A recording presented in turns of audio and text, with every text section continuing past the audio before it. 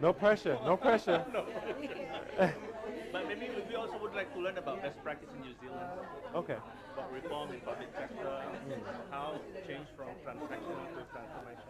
Okay. And also some, what is it, sort of like how the government apply areas or give opportunity for experimentation. Okay. Because government tend to be rigid, Yeah. silo-minded, thick bureaucracy. You just want to know how it can be changed.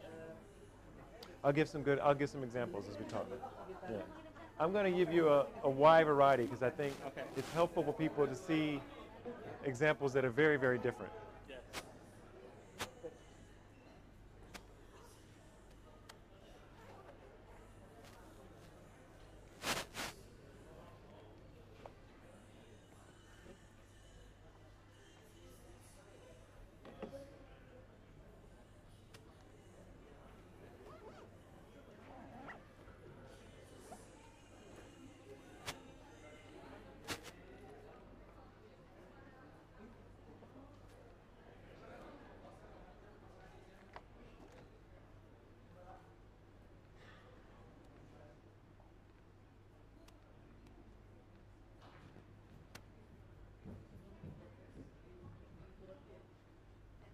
So after that, first you will see it Oh, down there. for the opening remark, and then after that, you will present here, and then We will do live streaming. Okay. Yeah. So that camera? Yeah. All right. No problem. No problem. Can I go here? yeah, of course. And he'll capture this? Yeah. So if I stay in between this space. Here, no, you can. Okay. All right. But I need to stay in front of the camera. No, you can see everywhere. Camera will follow you. Oh, it'll follow me? Yeah. Okay. No problem. I'll go back there. So you want me in the back? You can, yeah. All right.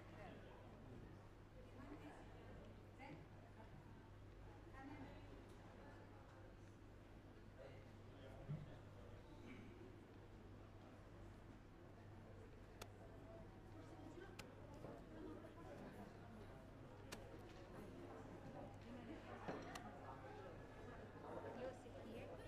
sit here. Saya di mana?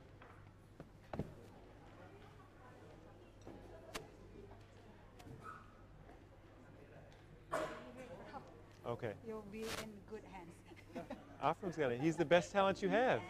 Just kidding.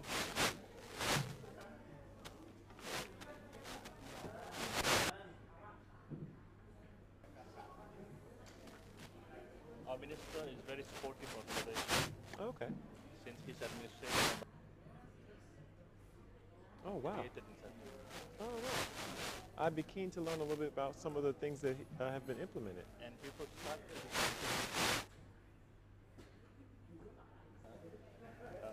Cross, Cross units? units. Oh, that's so challenging. and less hierarchical and non-formal, Yeah. which complementing each other, makes micro team to tackle several issues.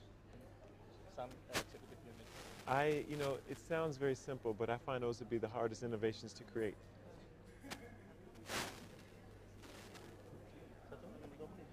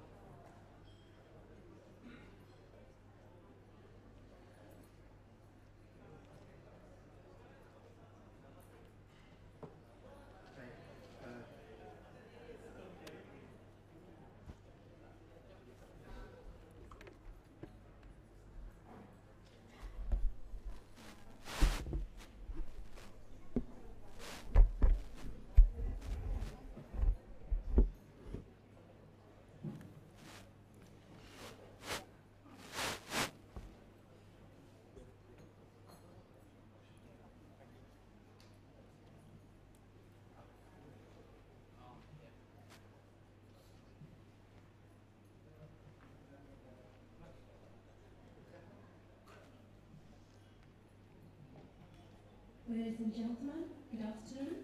May I have your attention, please? Welcome to Setneg Executive Leadership Forum, as our session will be started soon. We would like to request for all telecommunication devices to be in silent mode during the session.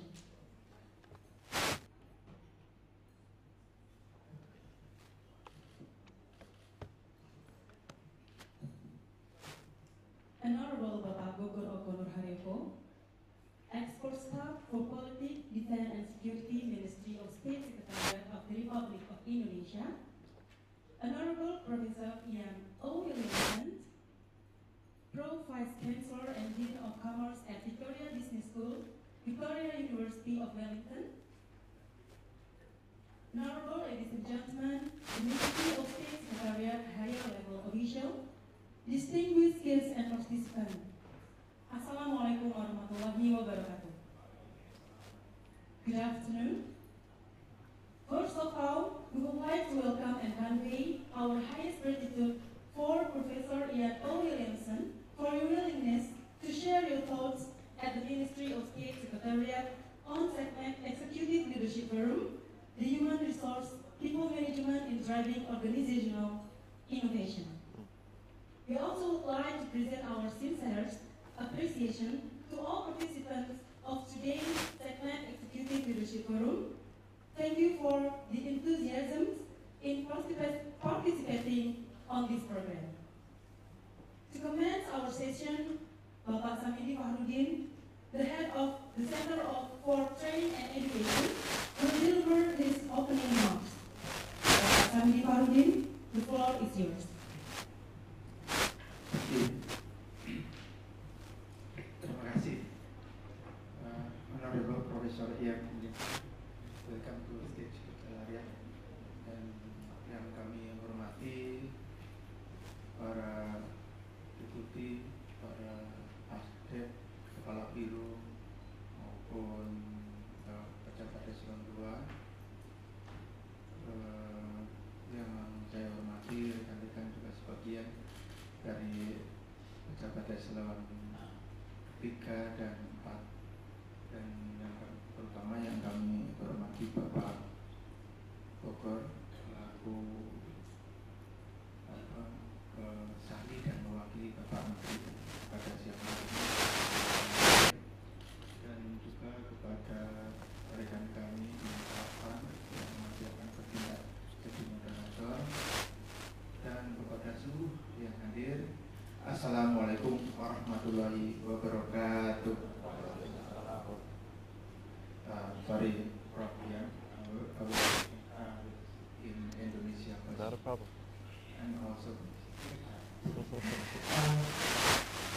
sebelumnya kita sampaikan terima kasih kepada Bapak Ibu eselon 1 maupun eselon 2 bahwa ini kita di Kementerian Sekretariat Negara itu membuat namanya Setneg Executive Leadership Forum, bahwa ini merupakan sebelumnya kita sudah ada. Waktu itu kita mengundang Bapak Hermawan Jaya, kemudian ini merupakan yang kedua, dan saat ini kita mengundang Prof. Ian Williamson. Beliau adalah Vice Chancellor and Dean of Commerce dari Victoria Wellington, Selandia Baru, dan beliau ini sebelumnya sudah kenal terlebih dahulu dengan Ibu Novianti dan Mas Amri yang waktu itu ikut diklat leadership di New Zealand.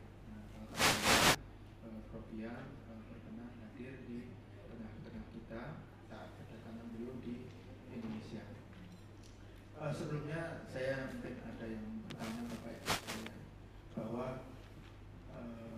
ini dengan Bapak Menteri waktu itu saya menyampaikan bahwa kita perlu diselenggarakan untuk Setneg Executive Leadership Forum, itu nanti inginnya forum yang rutin, sebenarnya khusus untuk eselon 1, eselon 2, tapi bukan rapim. Kalau rapim kan hanya eselon 1 di hari Senin, sementara eselon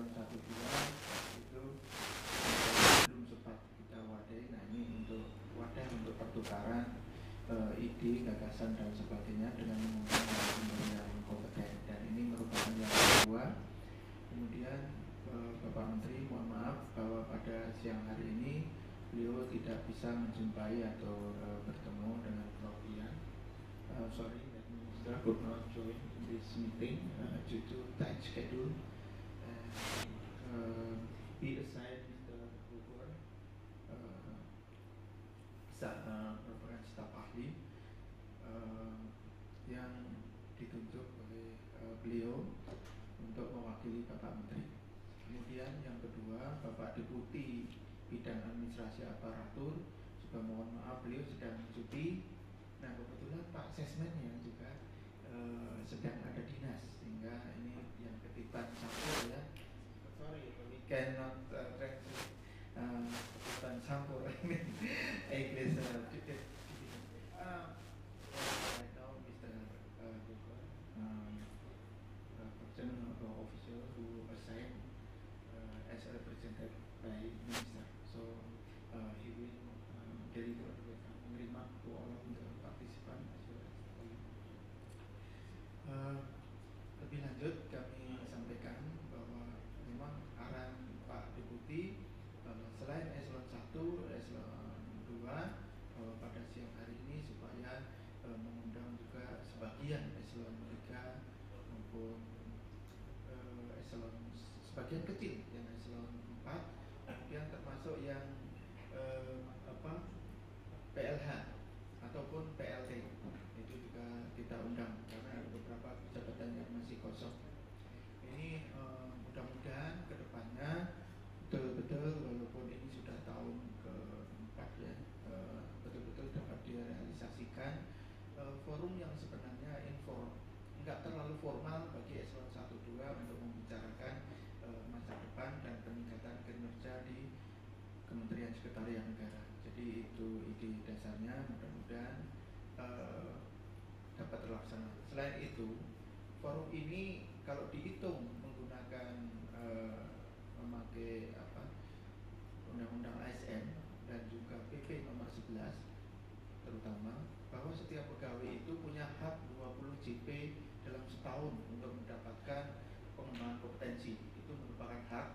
Nah, oleh karena itu Pusdiklat memfasilitasi dihitungnya bahwa setiap pertemuan ini adalah 4 JP, sehingga kita tinggal melaksanakan pertemuan paling tidak sekitar 5 pertemuan dalam setahun, maka dalam SKP itu sudah tercukupi. Jadi edaran sebelumnya Bapak Ibu sekalian sebenarnya ada kewajiban mencantumkan pengembangan kompetensi, walaupun itu baru pertama kali di tahun ini untuk diterapkan di Kementerian Sekretariat Negara. Tapi secara undang-undang maupun PP nomor 11 tahun 2017 itu sudah ditetapkan. Nah ini kita fasilitasi karena kalau kita mengikuti diklat dan atau pengembangan yang lainnya kemungkinan tidak akan tercapai. Nah ini yang Bapak Ibu sekalian. Jadi ini memang banyak tujuan yang akan kita capai melalui kegiatan Setneg Executive Leadership Forum ini. Hanya kebetulan aja pada tahun ini yang pertama adalah Prof.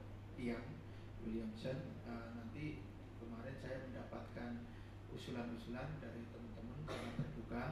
Mohon maaf karena grup saya itu hanya grup yang eselon 2, sementara grup eselon 1 saya dapatnya dari Pak Deputi, artinya melalui Pak Deputi HA untuk mendapatkan informasi kalau menyangkut forum seperti ini. Dan waktu itu sempat ya Pak Bogor, kita membuat forum yang lebih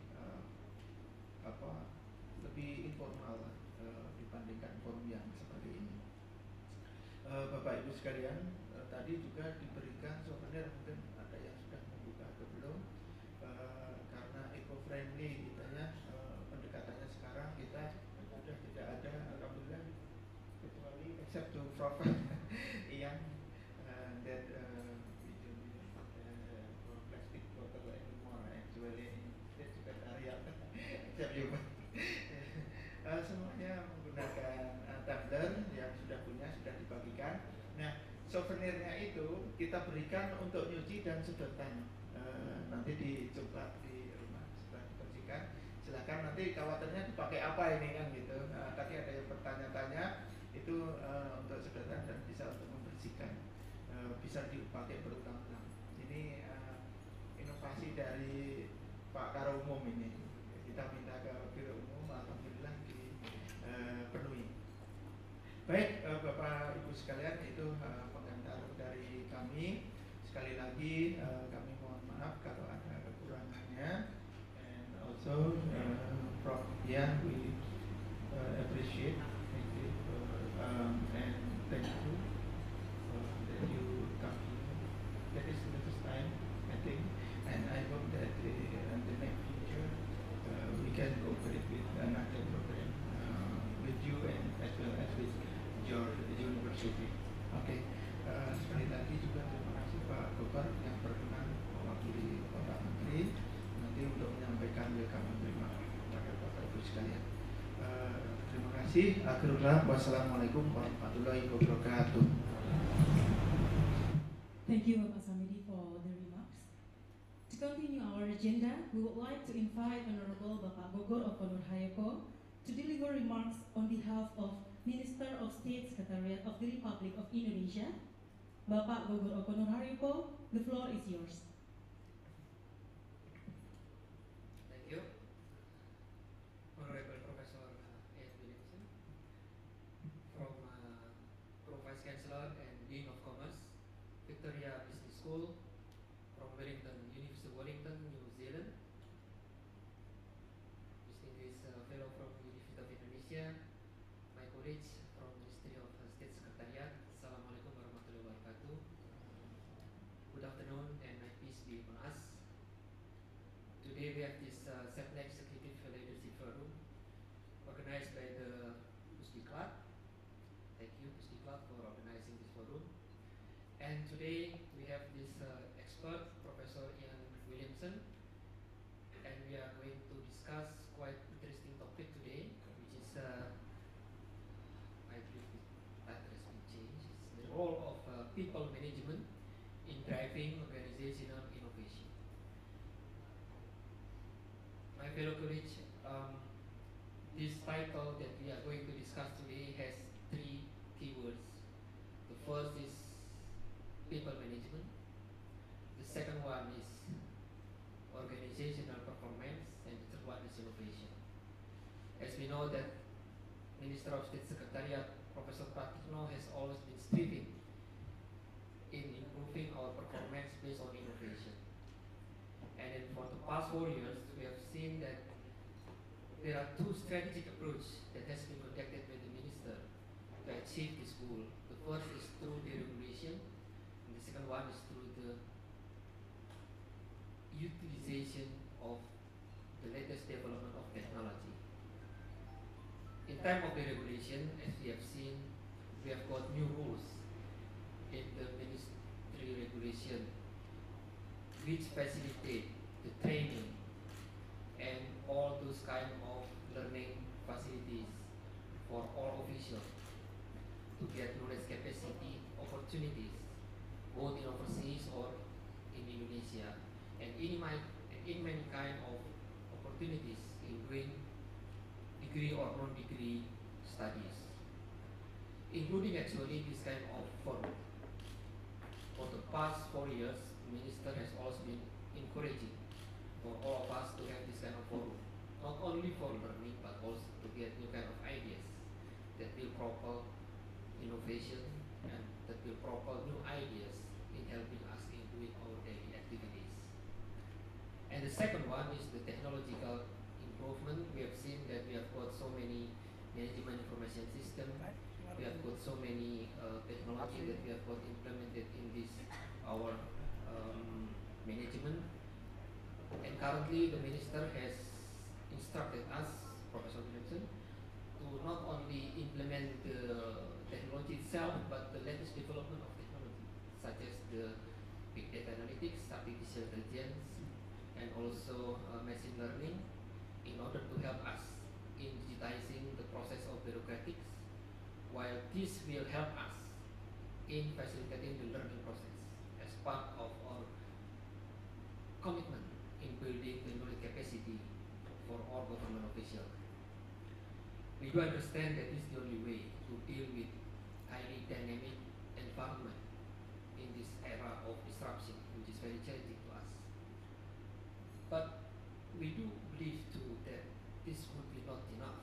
We are dealing with this very fast changing environment, very challenging and very hard to adapt. If we are not quick to respond, we are going to lose. So that's why we like to listen from you. We like to hear from you through your experience, your wisdom, your knowledge, that we can share here together. Should there are any other ways, or should there are any other techniques or tricks maybe that we can improve the way we are dealing with this very highly dynamic era of disruption. And we are going to listen from you too, probably, and we hope that we can learn from you through your wisdom and knowledge and experience about the way we can build culture of innovation. For the past 4 years, we have got so many activities, and we have been striving actually, not only trying but striving. We are doing at our best to create innovation. We are trying to be innovative. But we do understand that many of them are quite limited. Some of us still have different perception of innovation. Some of us think that innovation is just technological innovation. Some others think that innovation is kind of new way of management. Some others think differently. And this make kind of scattered and different ideas of innovation. And there is a challenge that we have to combine them in order to make our institution becoming more innovative. And the reason why, because the minister has always been saying to us that we are at the top of the management of this nation. We have no access to do any single mistakes here. He always been saying about an example of pendulum. You know this pendulum. Once we make a mistake, very small one at the top, then the consequences will be very, very severe. So that's why the minister always saying, stop having mistakes. We have to be very curious about the way we work, about the way we execute everything here, especially in doing these innovative activities. And we are also trying to make sure that the Ministry of State Secretariat can become the role model of the other ministry in Indonesia. So we have here opportunity, which is the intention of the minister to keep on innovating in all their activities, routines and all works, but right at the same time we are change.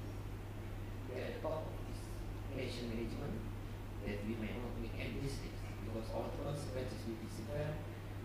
And also we need to become the role model for all the institutions in Indonesia. Now, in order to fit in these two kind of substance, the first one is our opportunity, the other one is our challenges. What we are doing what we have been doing right now, at least in the past 4 years, are using the regulation and implementing the latest technological development. We know that will be not enough, so we would like to clear this. And there are other ways that will strengthen and will inspire us in doing more innovatively in our daily activities. Now, I think that would be the concluding remarks of the professor.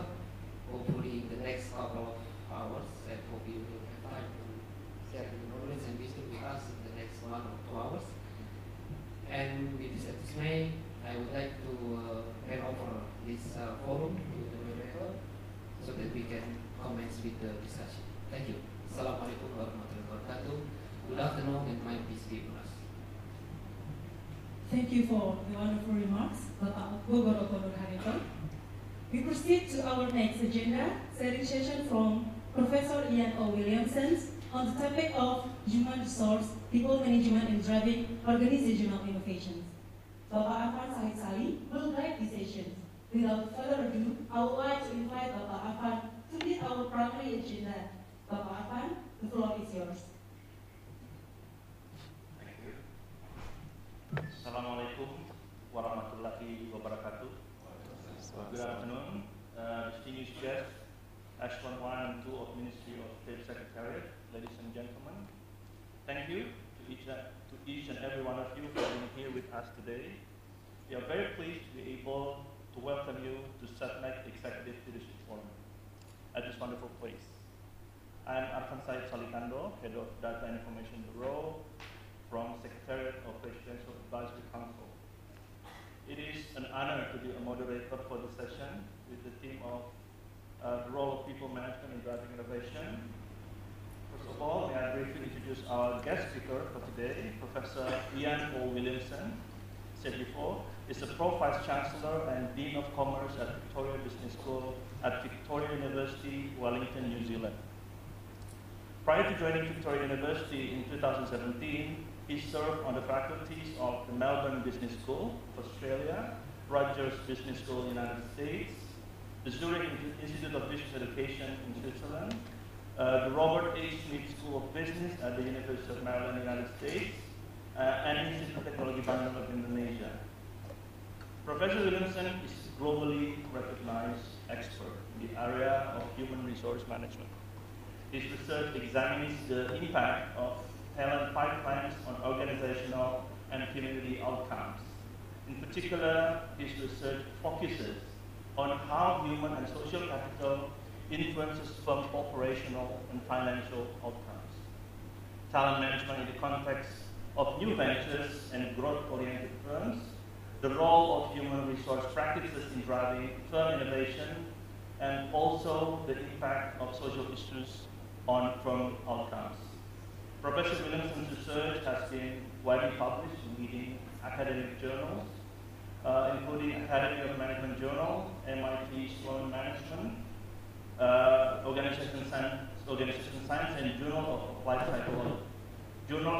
Psychology. He also has been widely covered by leading media outlets across the world. He has served on the editorial boards of the Academy of Management Journal, Academy Management Review, Academy of Management Education and Learning, and Journal of Management. Professor Williamson is also a past recipient of several awards. Many, the Academy of Management, the AOM Education Division Best Award for research on high-performing teams, the University of Maryland, Robert H. Smith School of Business, Crowley Teaching Award, and also the University of Melbourne Award for Excellence and an Innovation in Indigenous Higher Education. Professor Williamson has worked with executives in over 20 countries across 6 continents, helping organizations in many areas, including employee recruitment and retention, executive coaching organization, strategic human resource management, and most importantly, organization innovation. Actually, Professor Williamson is not in Indonesia, as he served as lecturer in Institute of Technology of Bandung. He's been in Bandung for 6 months.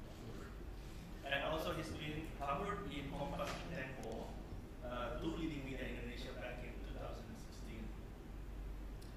Ladies and gentlemen, before we get started, I would like us to be reminded of the terrorist attack on 2 mosques in Christchurch, New Zealand on Friday, 9th of March 2019, that have taken life of 49 innocent people. Let us have a moment of silence for 2 minutes to remember and honor the victims. Let us begin moment of silence.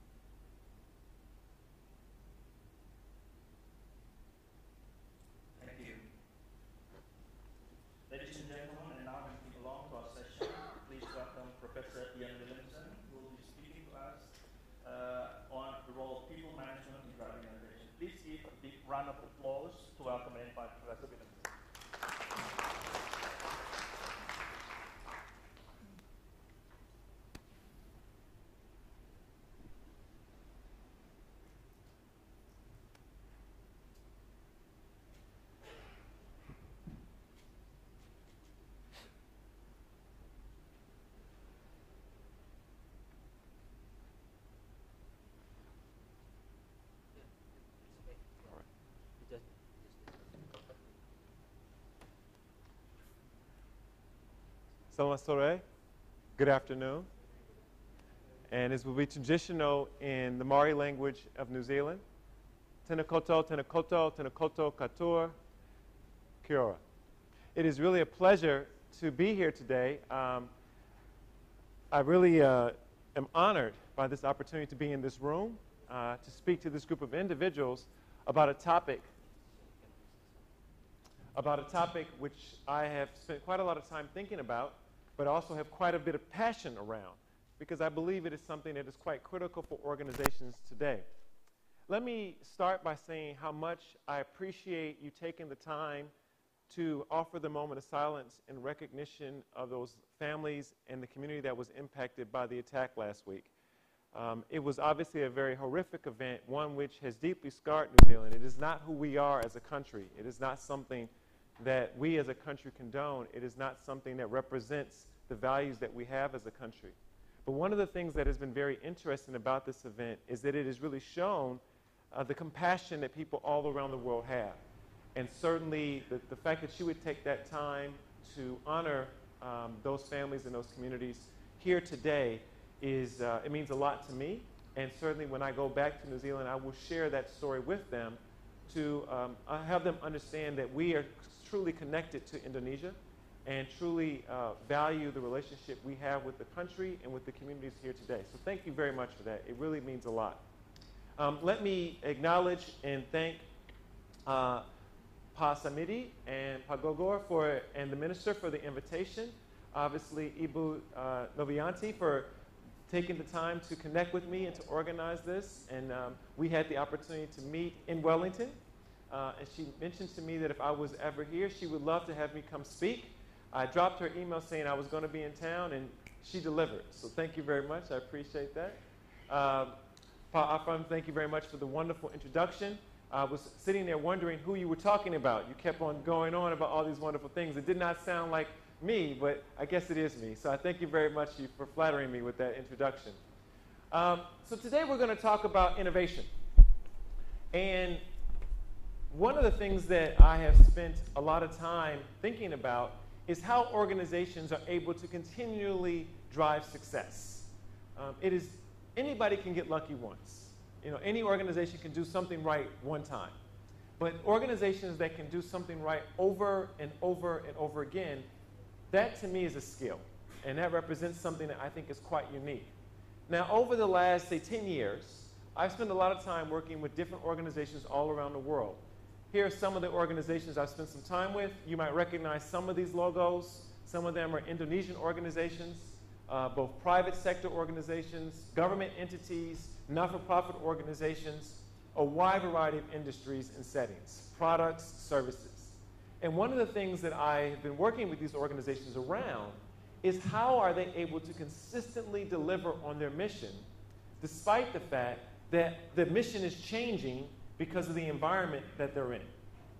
And one of the big challenges that all of these organizations have faced, whether it be government, whether it be not-for-profit, whether it be for-profit, is this issue around disruptions.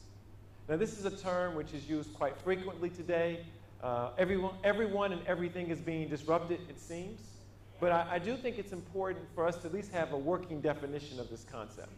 So this is my definition. You may have a different one, but this is what I mean when I say disruption. So shifts in the external environment, note that I'm focusing outside the organization. Shifts in the external environment that have the potential to render existing organizational strategies ineffective or irrelevant.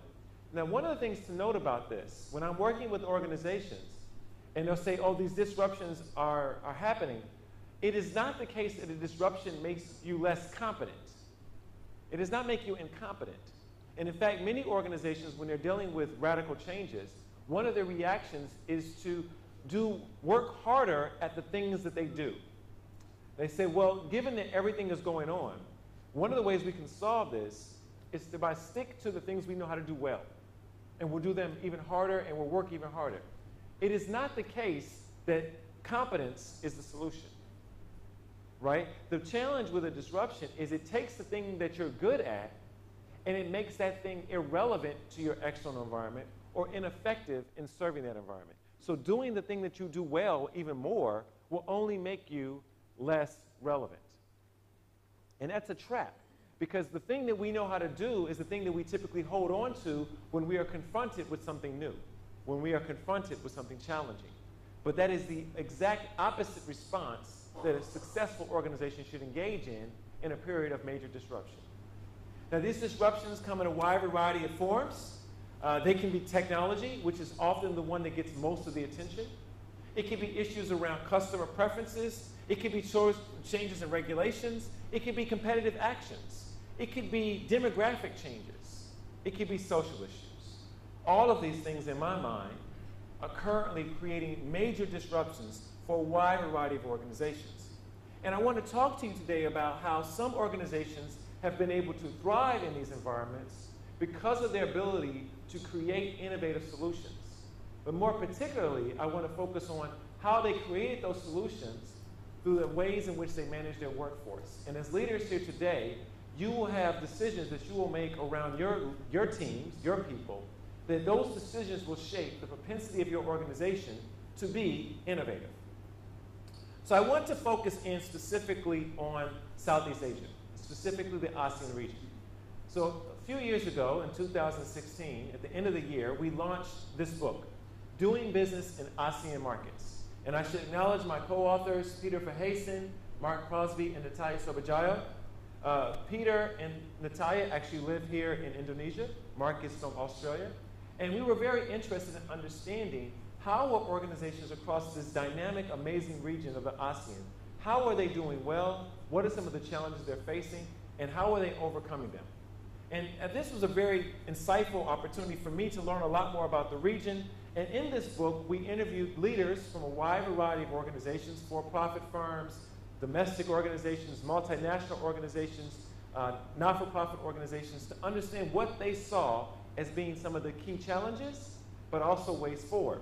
So I want to share with you a few insights around this, because I think if there is any region in the world right now that benefits from innovation, it is the ASEAN region. Innovation is of its highest value during periods of major disruption.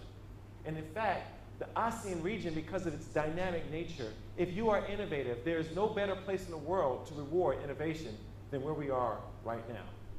So today, I want to talk to you a little bit about disruption in the context of Southeast Asia. And I want to think about, well, what are the opportunities? Why is innovation so important in the ASEAN region? What are the challenges? What are some of the barriers that organizations need to overcome, some of the disruptions that innovation is necessary for? And finally, what are some of the approaches that organizations have taken to create environments that allow their workforces to drive innovation? And I'm going to give you examples from a wide variety of settings. I'm a big believer that we learn best when we take ourselves out of the context that we know and apply ideas in a wide variety of ways. So I'm going to give you a bunch of different examples from a wide variety of settings. Some are in Indonesia, some are not. But I think in doing that, it begins to teach us, well, what are the universal aspects of these concepts?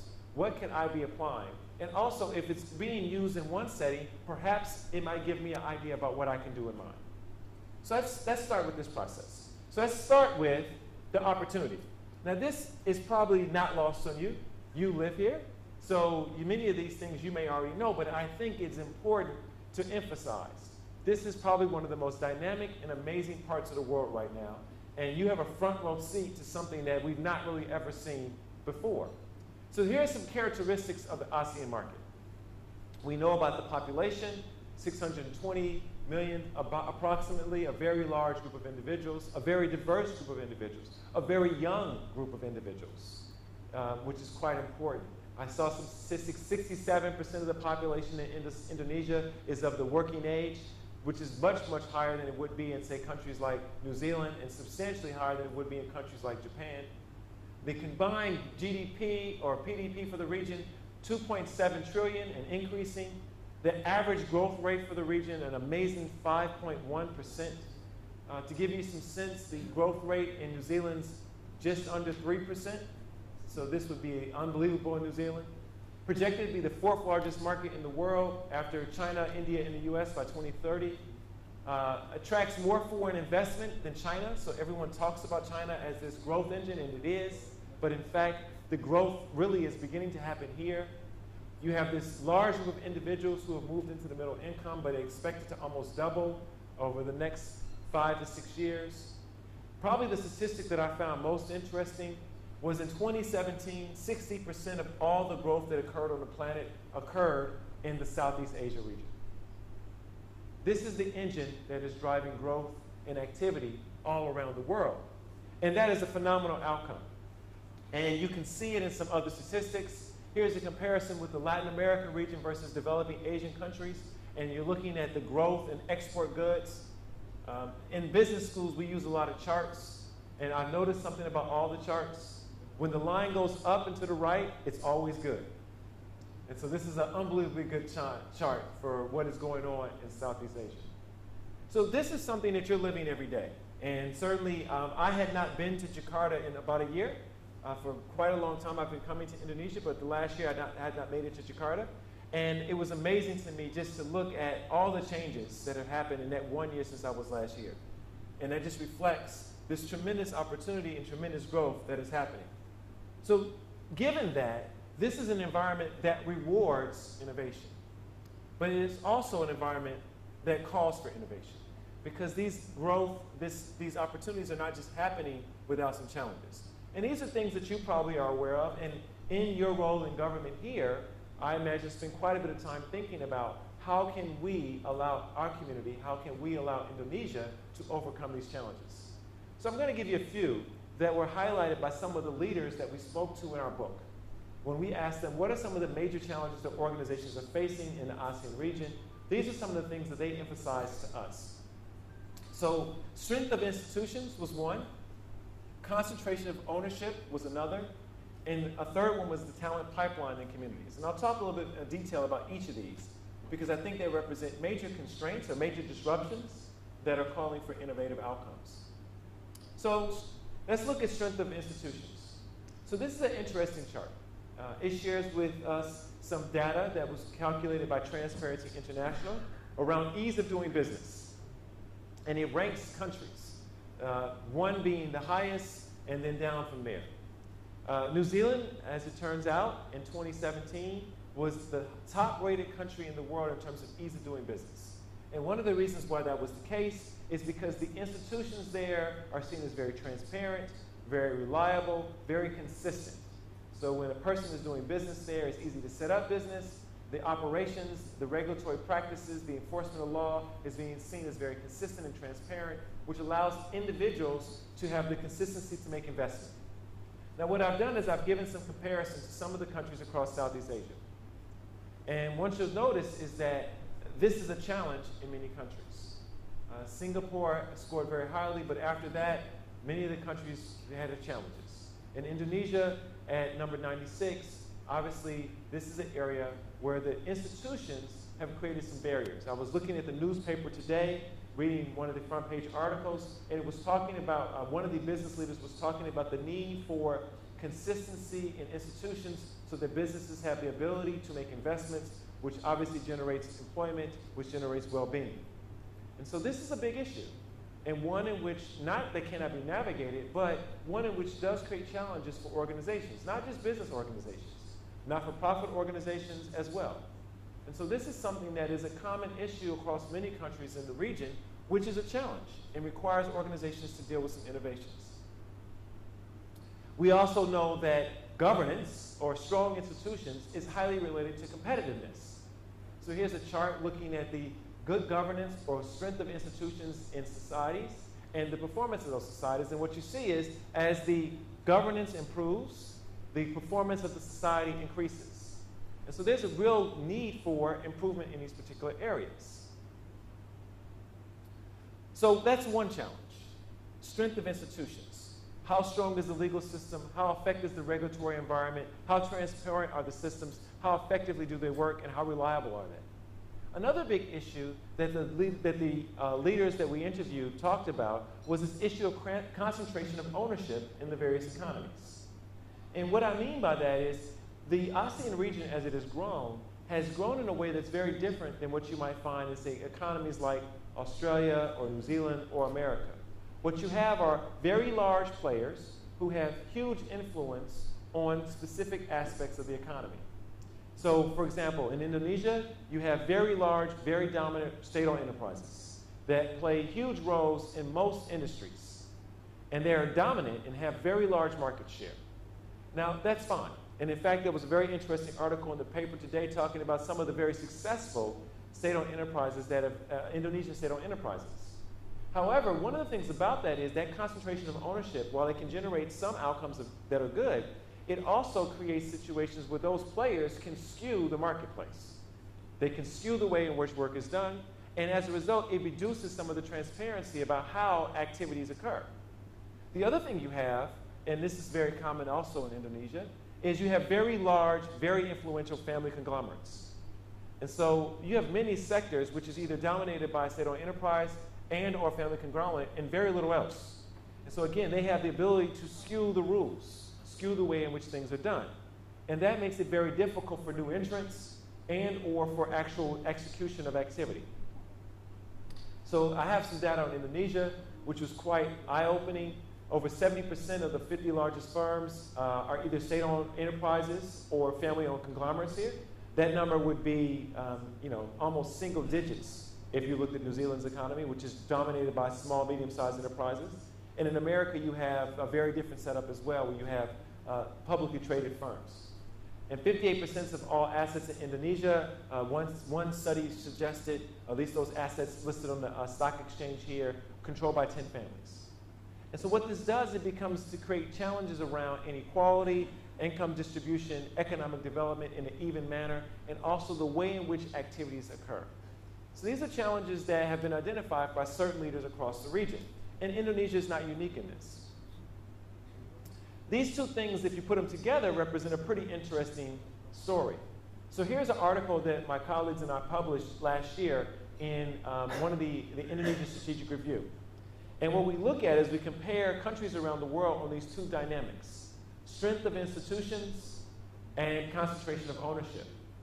And what you find is that Indonesia, being at the bottom of the right, is dealing with both of these issues at the same time. So you have institutions where they're not always transparent, the regulatory environment changes quite dramatically, enforcement tends to vary, and also you have major players which can skew the way in which activity occurs. And that creates a very dynamic environment which is difficult for organizations to navigate. So this is a particularly challenging quadrant if you were a business or a not-for-profit organization or a local community or government agency trying to figure out ways to execute on the strategy. It requires a lot of innovation. There's a third issue. So we've talked about strength of institutions, we've talked about concentration of ownership. But when I asked the former managing director of Nestle Malaysia Singapore what he thought were some of the biggest challenges his company, 5,000 employee company in Malaysia, were facing, he gave a very interesting answer. He's talked about how the building of a talent pool for the future is the success of any country really depends upon the education system. And in fact, he points out as a leader, you can only move as fast as your team. Human capital, the knowledge, the skills, and the abilities of people is the scarcest factor. It's not money, it's not technology, it's human capital. It's the skill of people. It's one of the things that he pointed out in Malaysia they have to be aware of to make development around. Now, one of the things he went on to talk about how was they as a company had to invest a large amount of money to actually skill up employees because the education system that the individuals came from did not properly prepare them for the types of jobs that they were trying to engage in. So here you have this company, Nestle Malaysia, which is doing very well, which has products and services that are in demand. They're trying to provide that service to their community, but they're hindered by the capability of the workforce that they can hire from. And so now they're having to invest money in that, which means it's money they can invest in the development of new products and or new services. It was a big challenge for them. And not just them. So this is some interesting data. Perhaps you can read it. This is data from an OECD around international student assessment. So this is performance of students in school, K through 12 programs. And I just gave you a snapshot of some data. There are three quadrants here. The higher the score, the better. In the top quadrant, you have some data from Hong Kong, Japan, Korea. Very high performance. The second quadrant, you have data from Australia and New Zealand. almost as high. And in the bottom quadrant, you have Indonesia and Thailand. And what you see is a significant gap. And what this points out to is the skill development issues that play out in the workforce. So as we move into what is now sort of this fourth industry, this future of work, this is going to place higher and higher demands on individual skill sets, and it's critical that educational systems prepare individuals for that. And this data suggests that this might represent a challenge for ASEAN region countries. So in surveys, executives across the region have identified talent management or talent shortages as a key issue for their business. And they've even begun to point out the actual consequences of this from a financial perspective for communities, looking at an opportunity cost of upwards of $4.2 trillion by 2030. This is a big issue, and it impacts all types of organizations, for-profit, not-for-profit, government.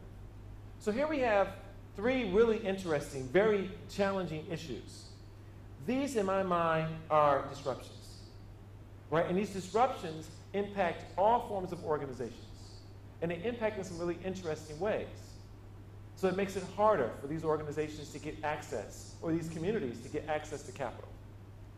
Because people don't understand, well, are the institutions going to protect our interests?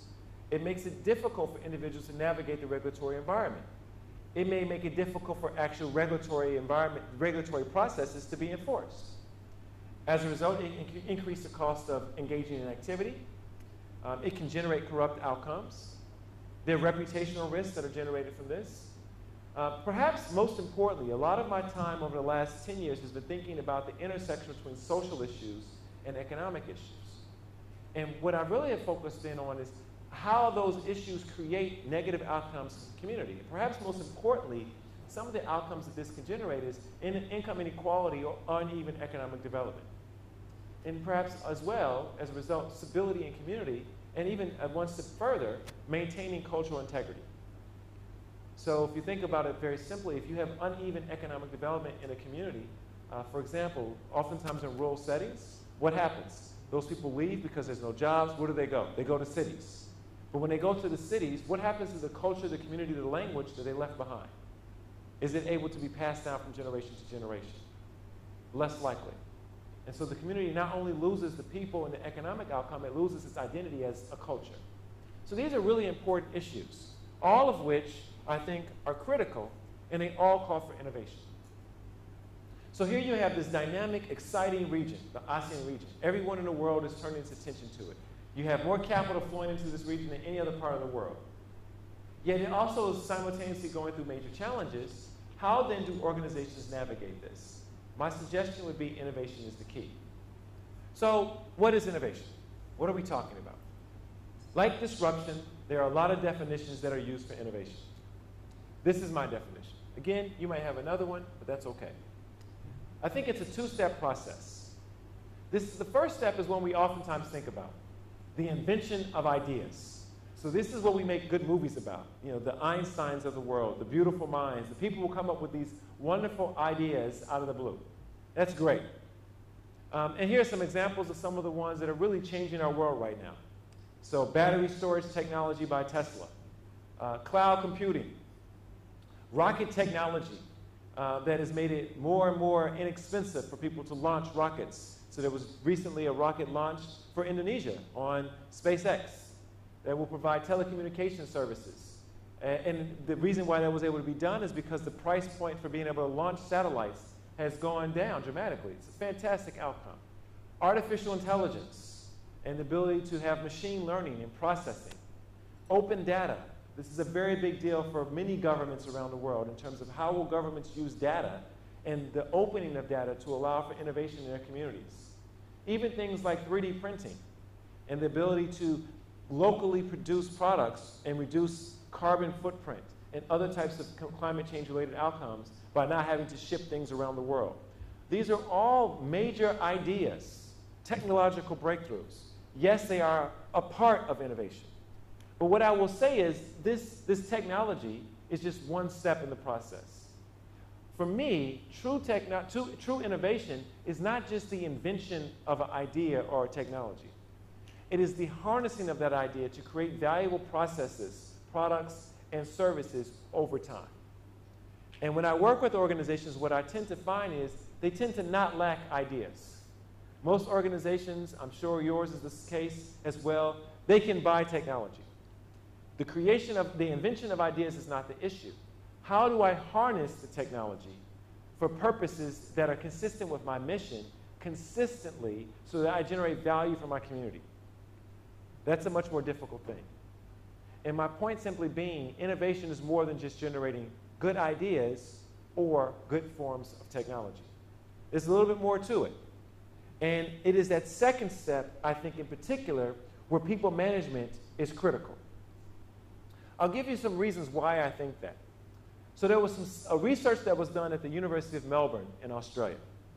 And they looked at innovative outcomes across a wide range of organizations across the country. Not-for-profit, for-profit, government, several thousand employees. And they were looking at what were some of the things that drive innovation in organizations, whether we're talking about education institutions or products and services. Two things they found. One, they found that in organizations that do well, there is always a healthy dose of incremental innovation. This is simply doing the thing you do today a little bit better tomorrow. So right now, there's a process that you have in your ministry. It's been in the books for several years. You noticed that it didn't exactly work, and so you ad-libbed. You made a change, right? Maybe you changed the spreadsheet. Maybe you changed the process a little bit. And if you're really good, what you did is you made that change and you told someone else in your group so that they can do the job better as well. No one told you to do that. There was no mandate that came down from the minister to do that.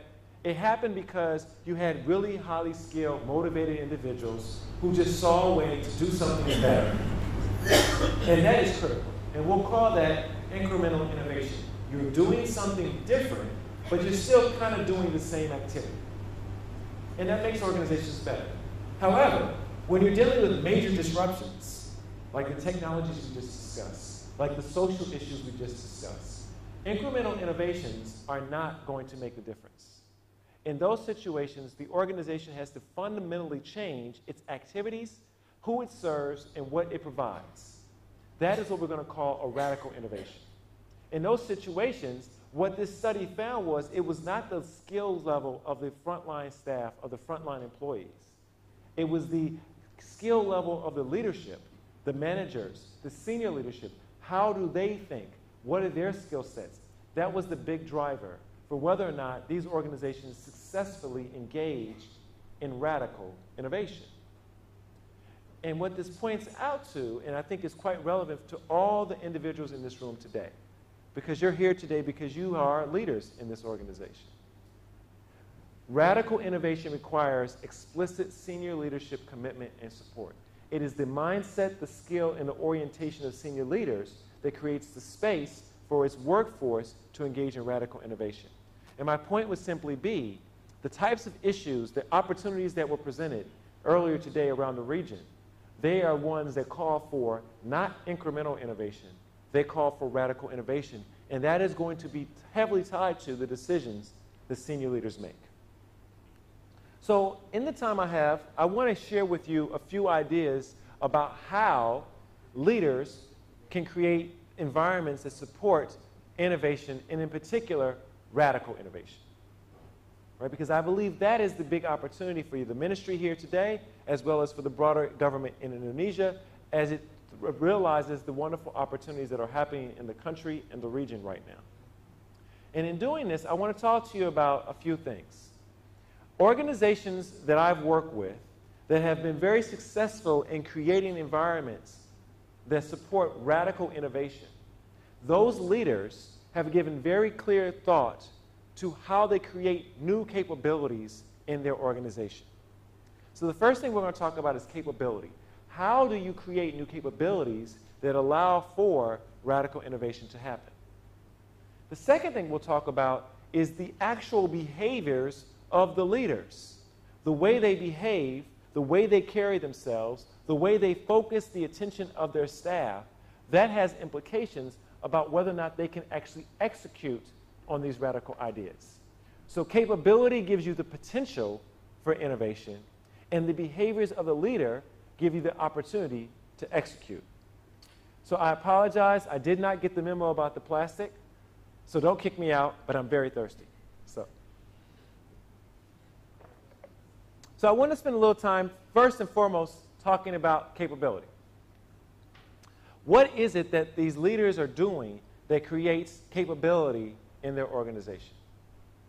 So innovation at its heart, the best innovations are not you coming up with something that no one has ever seen before.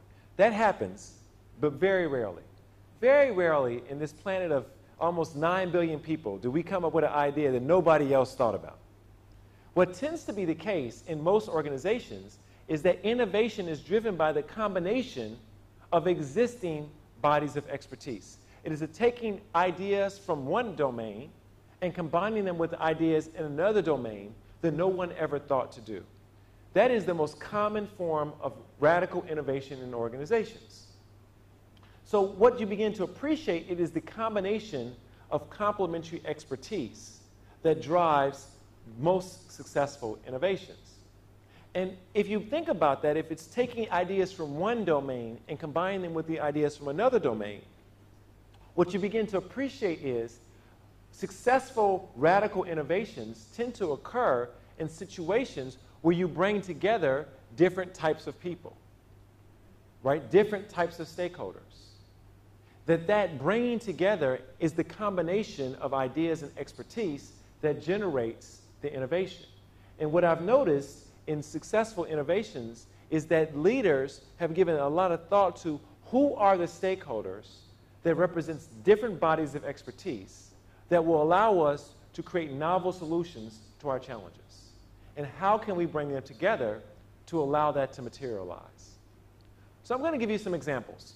And as I thought about these examples, I thought I would use a wide variety of examples.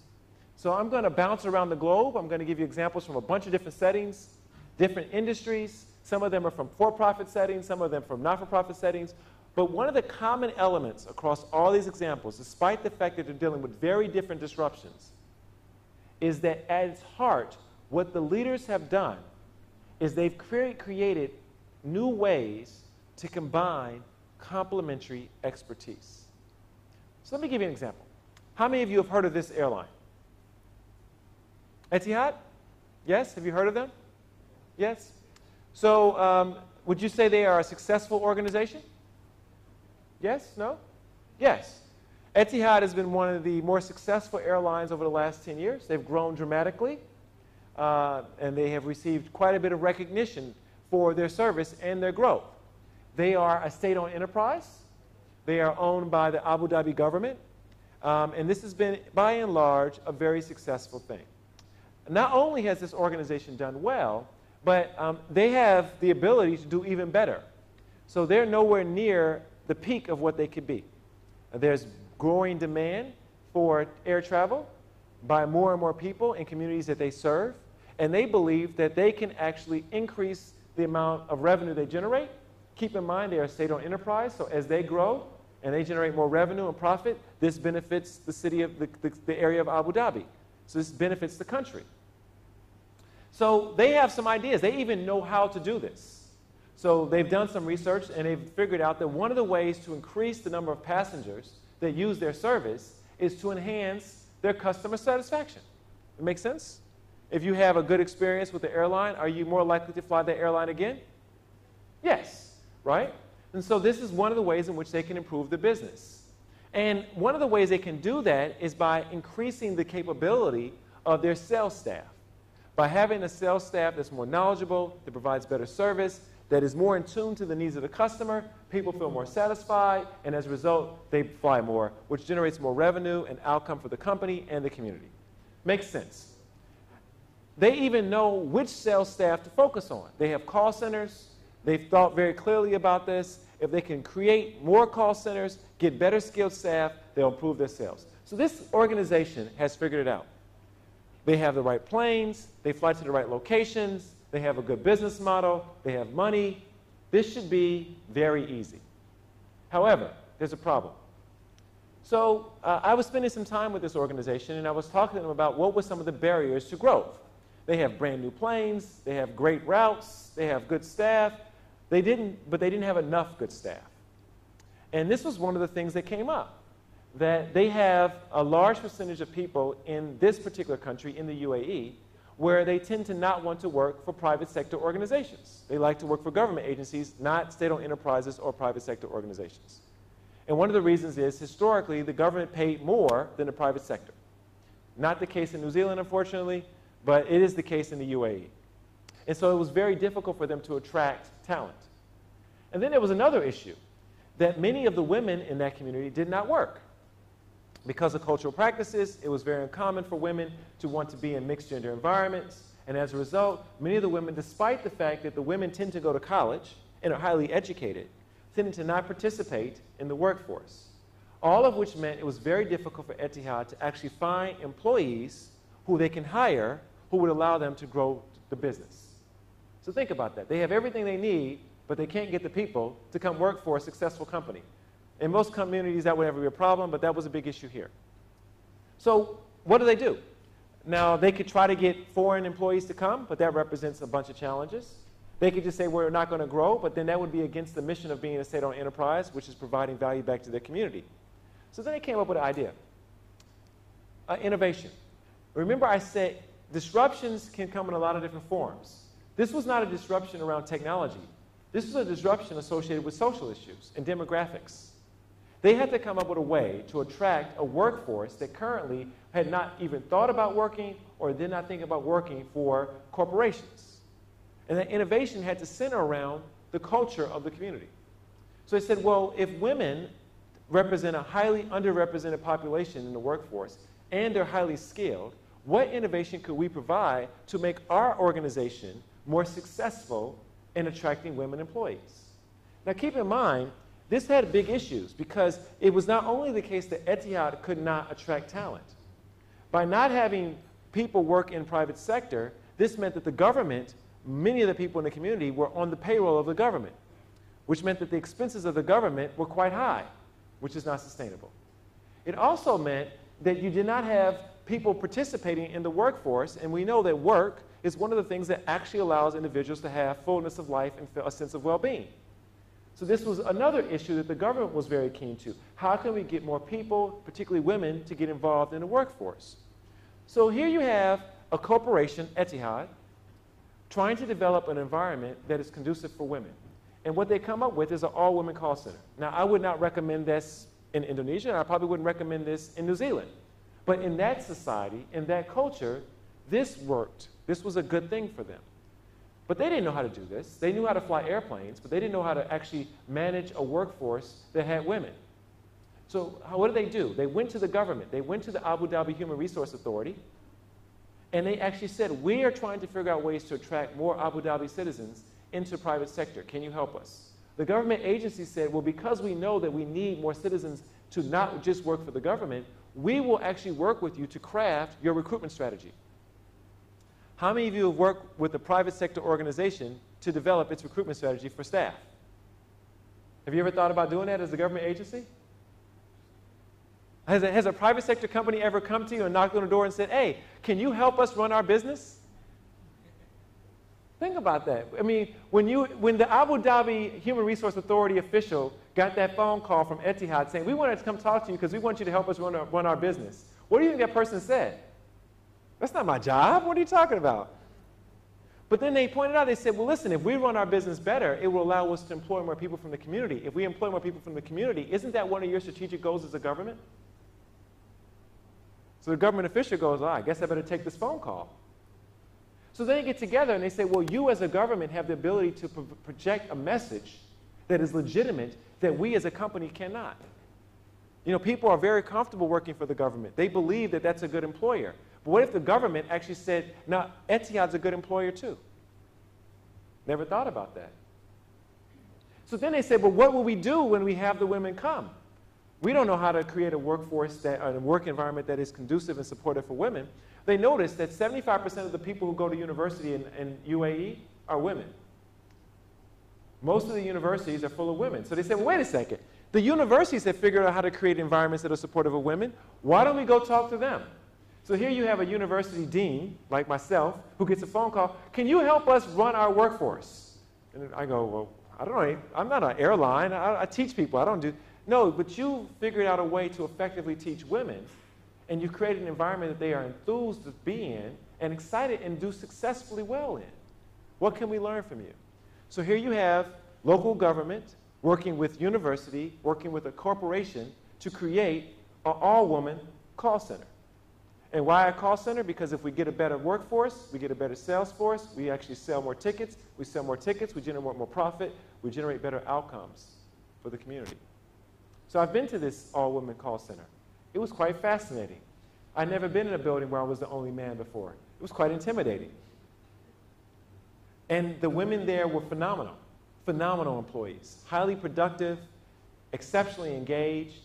And as it turns out, because they were able to hire local talent, because most of their clients are coming from the Gulf region, these individuals had an understanding of the culture and the traditions, right? So tourism and travel ultimately is a cultural product. And so they could give better guidance to the clients. Having that local voice and that local insight actually improved their ability to deliver. So much so that this call center received about 67,000 phone calls a month and generated more than $40 million US a year for this organization. That's 40 million new dollars they did not have before. Think about that. Think about that for a second. And it was also identified as one of the best call centers in the region. So what I'm pointing out here is, here you have a disruption. What was the disruption? It wasn't technology. It wasn't competition. It was a social issue that created a challenge where you had a segment of the workforce that was not participating in the economic activity of the country, that had huge implications on government, that had implications on community, and had implications on the corporate. No one party had the answer, right? The government didn't know how to run an airline. Etihad did. Etihad didn't know how to communicate to the workforce. The government did. Neither one of them understood how to create an environment that was supportive for women. The universities did.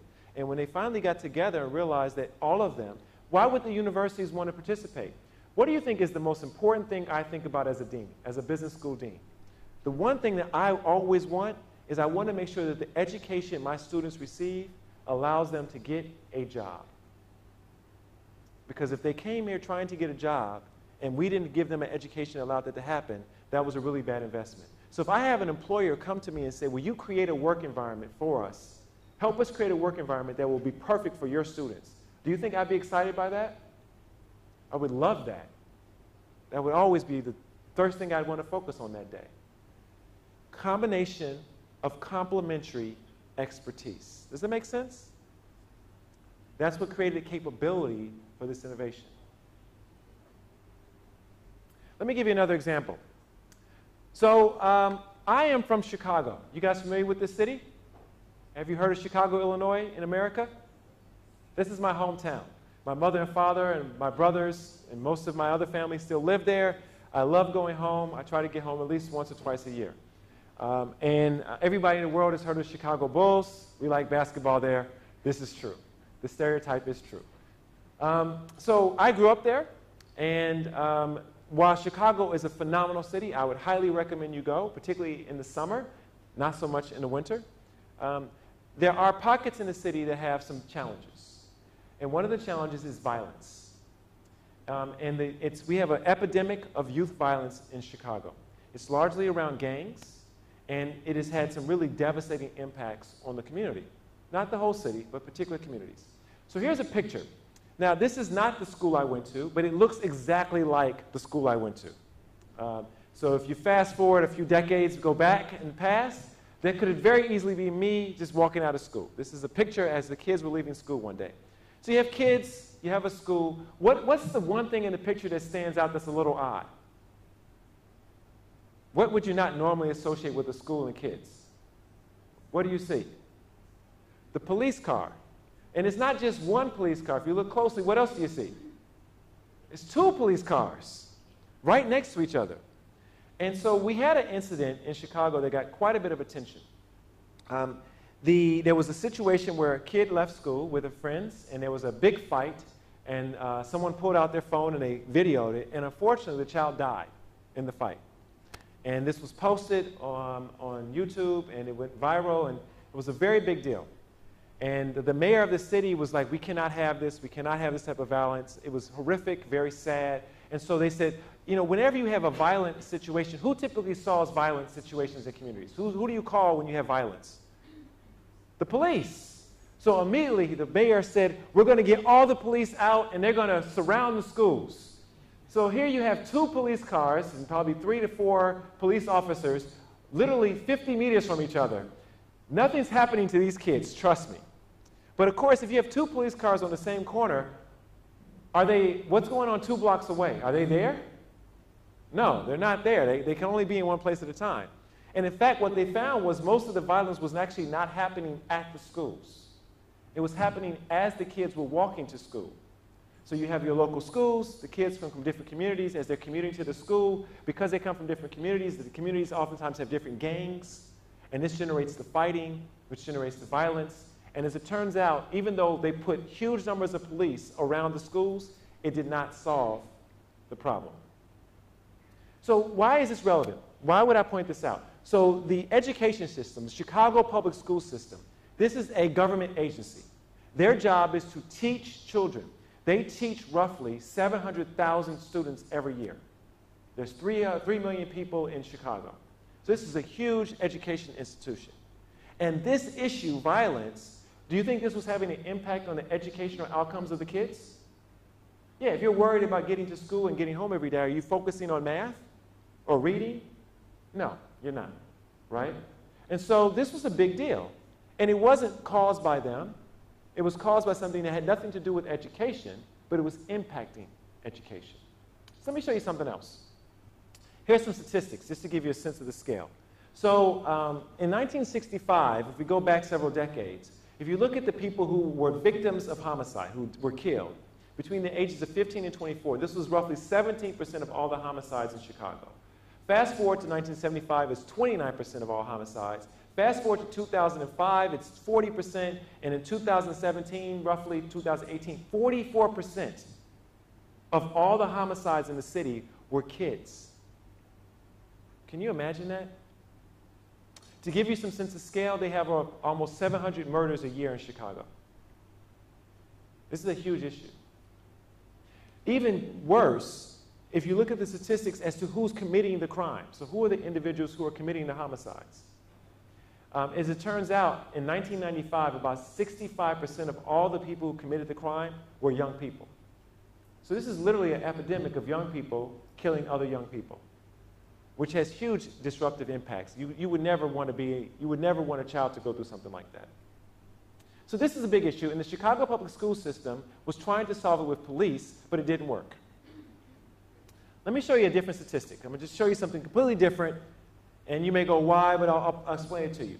We have a very large military in America, and in recent years, that military has been shrinking. Fortunately, we are not involved in many conflicts at the moment, and as we have over 100,000 military officers, soldiers, and as over time they've been shrinking, right?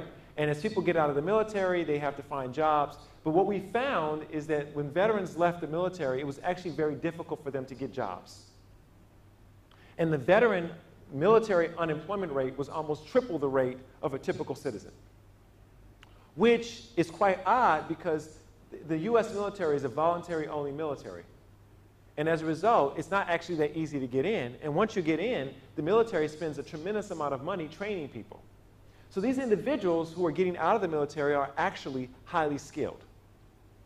Yet they find it very difficult to transition from military life to civilian life. And then you have unemployment, which is also horrific because you have people who've served the country who are now unable to get jobs. So that's a problem.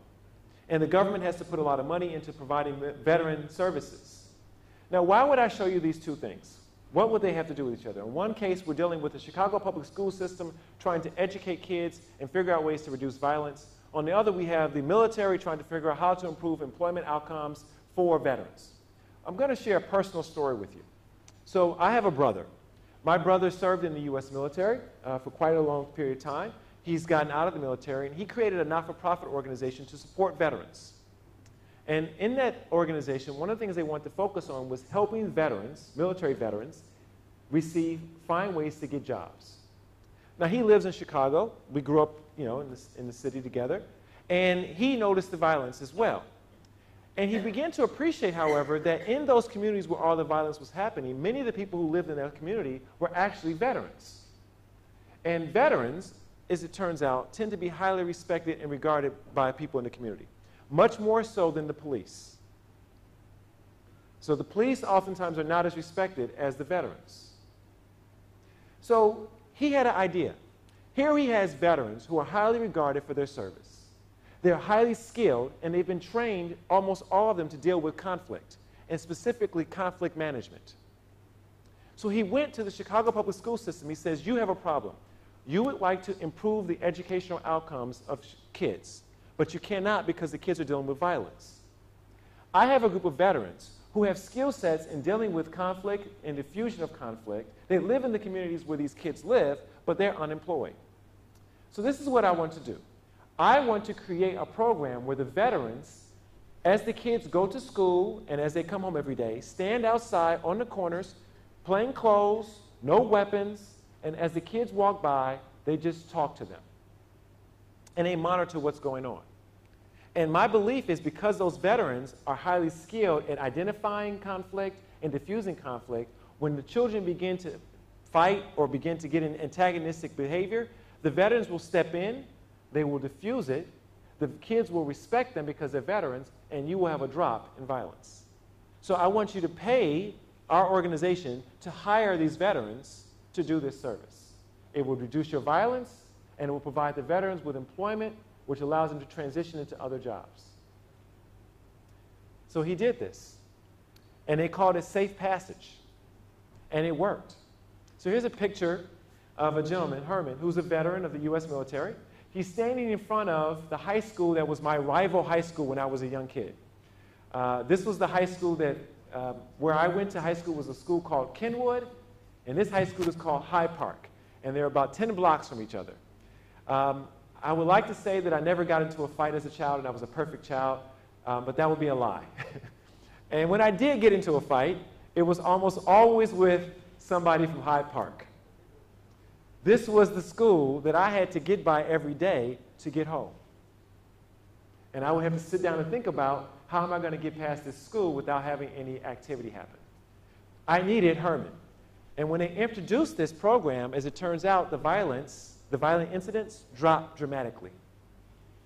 It was very successful. Then they expanded it out to other schools. They have now had several hundred veterans be employed by this program. They've had them in a wide variety of schools across the city.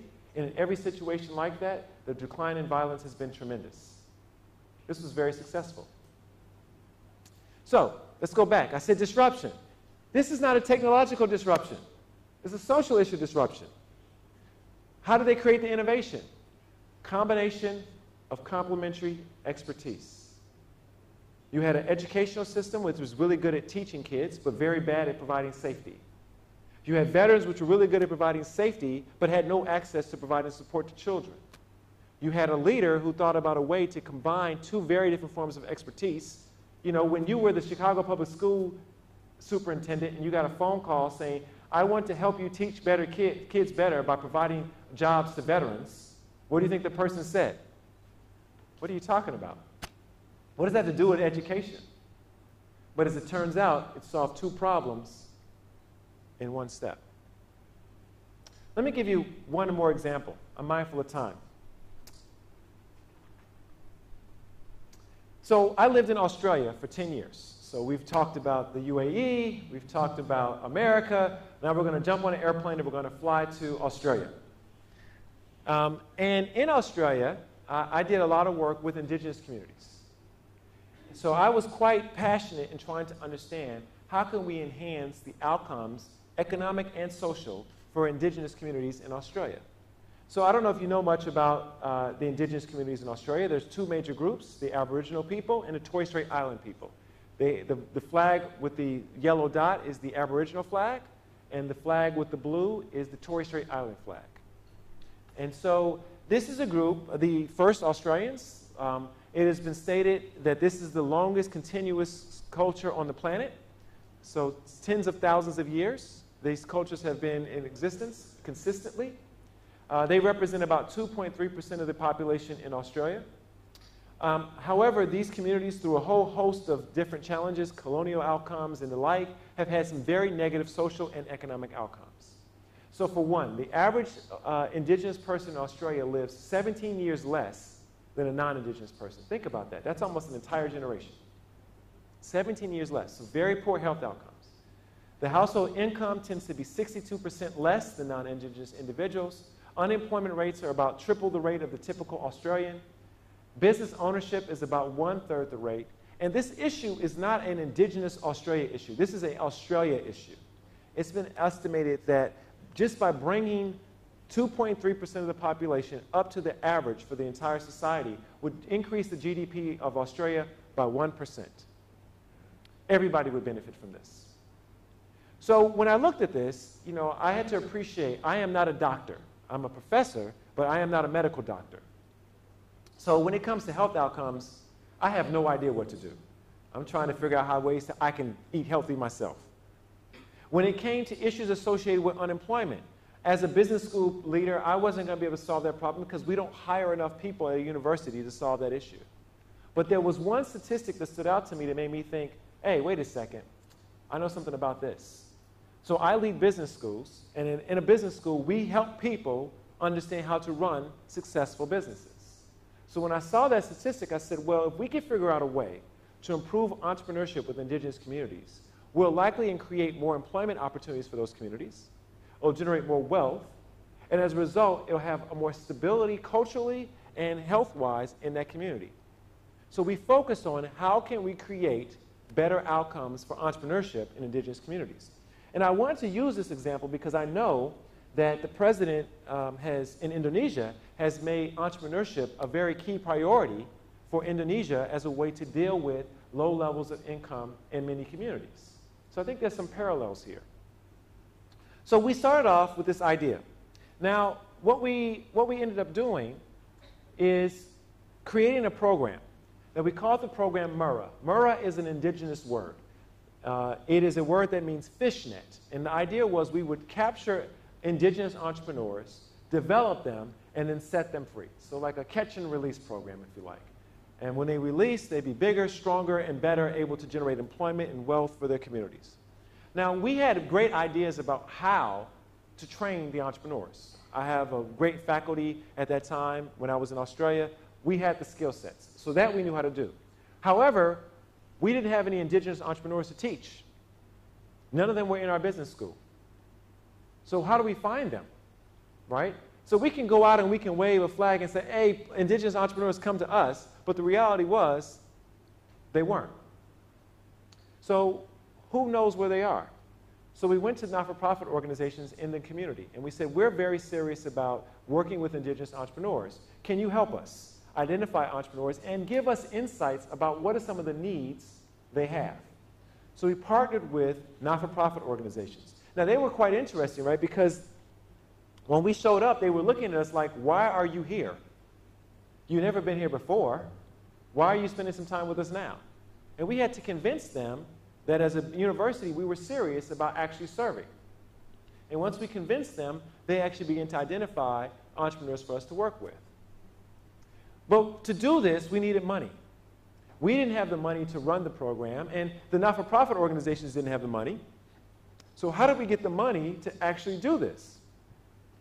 Who has the money? Well, it turns out the companies have the money. And it was actually the case that the Australian government had made big incentives for companies to have indigenous companies as their suppliers. And so they had benefits associated with getting contracts if the company would use indigenous firms as their procurement process. So we went to these companies and we said, would you like to be more successful in getting federal contracts? And they said, of course. I said, well, you should help us train indigenous entrepreneurs who will then develop successful businesses, who will then be able to provide services to you, which allows you to qualify for large national contracts. And you know what they did? They gave us money. Why? Because they're smart. They began to appreciate this was a very wise investment. They did not know how to create indigenous businesses. They did not know how to find indigenous businesses, but they had money to help us train indigenous businesses. So as we started down this process, we started off in Melbourne, in Victoria, where I was. we quickly realized that this was an issue that was not local, it was national. We wanted to make it a national program. Who is the entity in society that thinks about making things national? Who is the best entity in society that scales activity? All right, this is an easy question. You work for it. The government. So we went to the government. Now, what do you think I said to the government? I said, you as a government are always trying to find ways to increase revenue, right? And one of the main ways in which governments increase revenue is through taxes, yes? So how would you like it if we came up with a way to increase the tax base in communities? And they were like, yeah, we would love that. How would you do it? We said, we would like for you to give us some money to support the growth of indigenous businesses. They said, what do you mean? I said, well, indigenous businesses pay taxes, yes? If they grow, don't they pay more taxes? And if they grow and they pay taxes and they employ people, doesn't that mean you don't have to pay as much money for social services? So I think the return on investment is actually pretty high here. And they did. So we had a national program, which we could not have done with the companies, with ourselves, or with the not-for-profits, but we did because we brought in government. Now this all sounded great, and as I tell the story after the fact, it sounds like it was perfect. However, when I first went to all these organizations and I said, hey, I got this great idea, we're going to run this program, the first question they said was, have you ever done it before? And I said, no. And they said, oh, well, try it. If it works, then we'll support you. I said, but if you don't support me, I can't try it. They said, oh, well, you know, we don't know if it's going to work, so if you try it and it works, then we'll give you the money. Have you ever been in a situation like that before? It's called the classic chicken and egg problem, right? Which came first? So here I am, I got this idea. Everybody goes, that sounds like a great idea, but we don't know if it's going to work, so try it and then we'll give you the money. And I go, but if you don't give me the money, I can't try it. So I figured out that I was not going to get the companies to take the risk, and I wasn't going to get the government, as it turns out, is never going to take the risk. Nor should they, that's not their role. The not-for-profits were willing to take the risk. They didn't have any money, that didn't help me. So who did I go to? I went to philanthropists. So here's a picture. In this picture, there's a few ladies. These ladies are very successful business people in Australia. And I pitched this idea to them.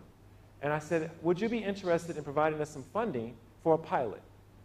And they said, you know what? We've never heard anybody think about it this way.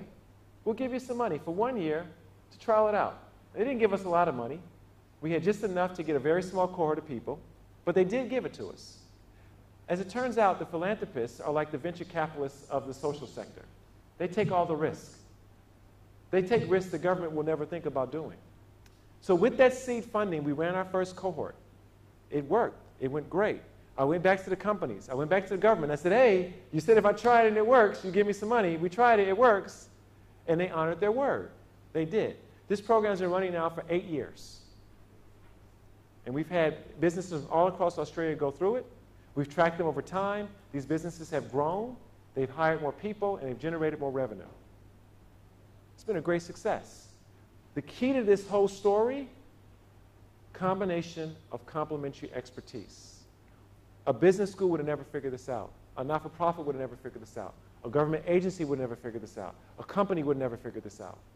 It was when we combined all the expertise, the skill and the mentoring of the companies, the scale of the government, the community insight of the not-for-profit organization, and the capacity and teaching of the business school, and the risk-taking capability of the philanthropist. At that moment, we created innovation. So, what does that look like for you? You have a whole host of disruptions that you're trying to deal with. Your job as leaders is to come up with radical innovations. To do that, you need to come up with ways to combine complementary expertise. So think about an initiative that you're trying to achieve, a problem in the community you serve that you're trying to deal with. Yes, government plays a role, but never plays a role by itself. What are some of the other actors? Have you gone to a company and asked them questions about how that issue is impacting them? So when I lived in Bandung, I was talking to some of my students there, and I said, well, what are some of the social issues? And they started talking about gangs and how at night it becomes very difficult to go out shopping because they're concerned about getting robbed. And I said, well, if you were a business and you had a facility and you wanted to keep it open 24/7, do you think that'd be a problem for you? Yes. If you were a government, would you like to have a reputation for having violence? Yes. If you were a not-for-profit, wouldn't you want to provide services to people so they wouldn't engage in crime? Yes. Seems like that's an opportunity for innovation. So here's a set of questions. As a scholar, as a teacher, one of the things that oftentimes people want me to do is they say, Ian, give me the answer to my problem. Now, I am always happy to give you answers. But when I was growing up, I had a very good teacher. And that teacher said something to me that I thought was profound and it stayed with me. He said, Ian, a good education is not about giving you answers. A good education is teaching you how to ask the right questions. So I'm going to give you some questions. This is just a plug. So I just gave you a bunch of examples of different innovations. And I was trying to think, well, what might that look like in Indonesia? What might be a disruption that requires innovation in Indonesia? So I came across this article a few years ago. Challenges in e-government. Is e-government important in Indonesia? So I had the great pleasure of meeting the former mayor of Bandung, who's now the governor of West Java. And Bandung was given worldwide attention because of its smart city activity and ways to actually make it easier for the government to engage. E-government is quite important. But as this article points out, the skill sets and capabilities are oftentimes not there. And so this became a barrier. How do we use the technology to actually create the service? Remember I said innovation is not just the idea or the technology. It's the conversion of that, harnessing it into something that creates value. So we were looking at this issue. And we as a business school, we have a lot of capability in digital technology. We are literally right across the street from the Parliament House in New Zealand. We do a lot of work with government. We have a very strong IT sector in Wellington. So we do a lot of work in GovTech. And Paris is here from the University of Indonesia, and we had some connections with the University of Indonesia. We were talking about this issue, and it turns out we said, you know what, this seems like a good opportunity for combination of complementary expertise. So last year, we launched a program, a master's degree in e-government, where we can bring some of our expertise around what happens in New Zealand, combine it with some of the expertise of what's happening here in Indonesia, and hopefully help address what is a particularly challenging disruption. How can Indonesia be more successful in implementing e-government to provide better services? So this is an ongoing experiment. I'm trying to basically eat my own cooking. Right? I'm taking the same idea and I'm applying it to a social issue that I think can create a really interesting innovation. So we'll see how it goes. We're very excited about this program. We hope to take in our first cohort this year. We also have tried this in a few other ways. So I began thinking about other areas where there's big challenges. So what are some of the big challenges that communities are facing? Issues associated with digital government. Issues associated with regulatory practice, issues associated with ethical leadership. So we went and we got some of our best scholars and we said, well, you know, you do great research, but one of the complaints about academics is they do great research, but the research is not applied. So when practitioners try to use it, they can't use it. But then one of the challenges that practitioners like yourself have is we want insights to help guide our decisions, and we need the research. So we said, well, we're going to take some of our best scholars, we're going to put them in areas that we know are important, and we will have them form partnership chairs. So each of these individuals has a chair that works with other agencies in government, agencies or companies, to solve particular issues. So their research is applied and also very approachable by these entities. So we're trying to see whether or not we can actually create some very innovative outcomes. So here's some questions. Given what you're trying to achieve as an organization, who should your people be interacting with? Who should you be talking to? I mean, is it just other government agencies? Are you talking to companies? Are you talking to not-for-profits? Are you talking to philanthropy?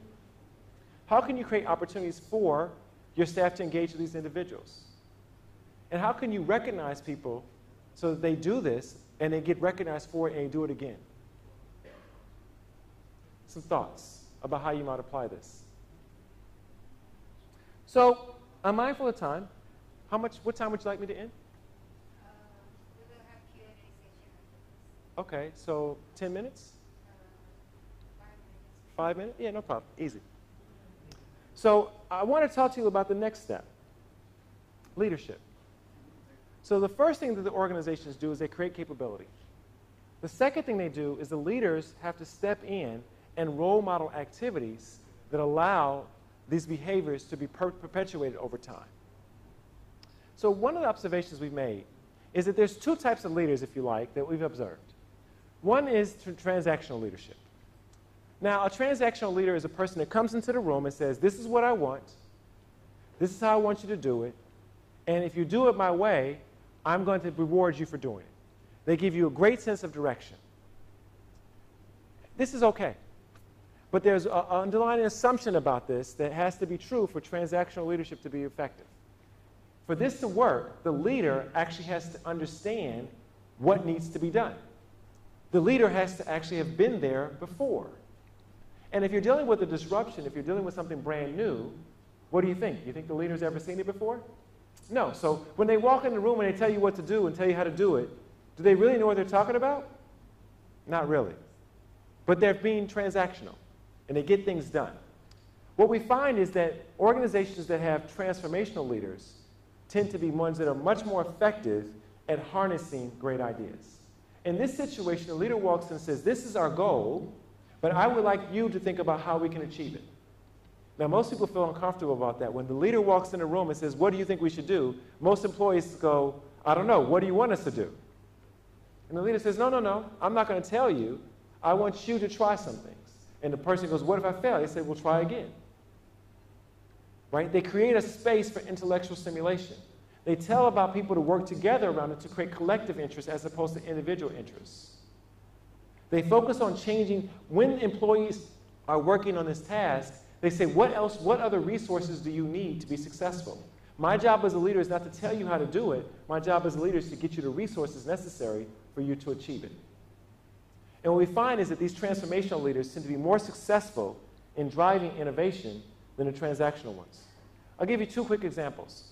So here's a study that was done looking at technology firms.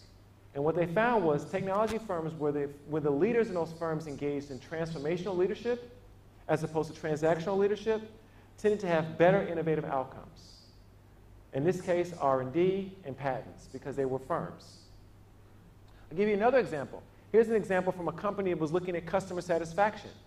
What they found was when the leaders in the organization engaged in more transformational leadership, the employees exhibited more risk-taking, had greater confidence, were more adaptable, and as a result, they performed better in their job, and they also had higher customer satisfaction.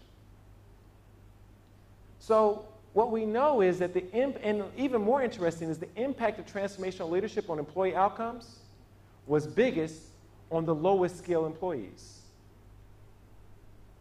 They got the biggest boost from the employees who were at the lower end of the organization. Because those are the individuals who oftentimes never have a voice and never have an opportunity to try something new. So this is what I would say. Think about what you're trying to do. Where are you in your journey as a ministry? If you are at that beginning phase of trying to come up with innovations to solve challenges in your community, what you need is transformational leadership. You want people generating ideas, trying new things. You should measure based on behavior, not on outcome. You don't know if it's going to work, but you do know if people took the risk. As you begin to get success, okay, then you can begin to bring in outcome measures. And finally, if you have an established process, then you can engage in more transactional leadership. What I'm suggesting here is that nobody has the luxury of being the same leader all the time. If you're going down an innovation journey, at the beginning of that journey, you need to be transformational. If you're at the execution phase of that journey, you need to be transactional. So the challenge for you as leaders is, how well do you adapt? So here's another set of questions. What type of leadership is currently encouraged and developed in your organization? Transactional or transformational? And does the leadership behaviors that are exhibited, do they actually support what your organization is trying to do? Where are you in that phase? So I'll wrap up on this. And how can you develop the appropriate leadership behaviors at the right time? What type of programs can you put in place that allow this to happen? So I'll wrap up with this. Southeast Asia is amazing. I've been blessed to be able to come to this part of the world numerous times. It is one of the most exciting things that is happening in the world right now. There's tons of opportunities. There's real challenges, but I think there's great opportunity for innovation in this region, but it will ultimately come down to how well do the leaders in this area manage their workforce.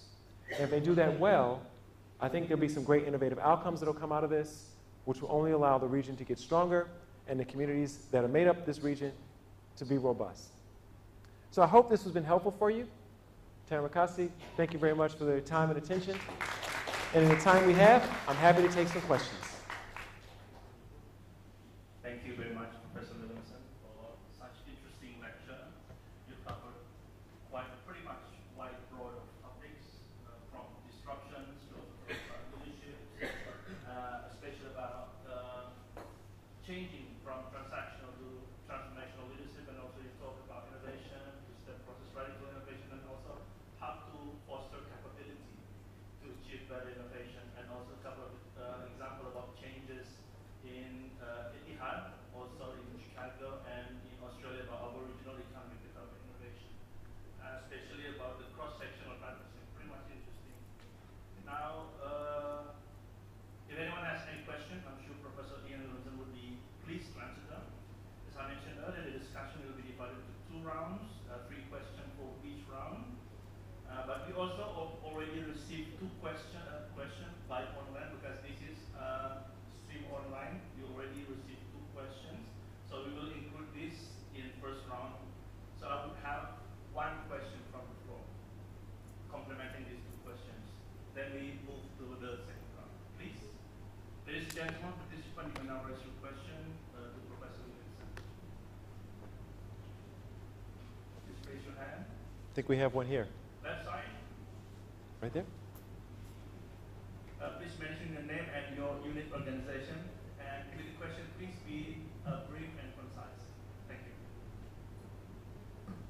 Terima kasih Pak Arfan. Thank you, Professor Williamson. It's very enlightening introduction on the innovation.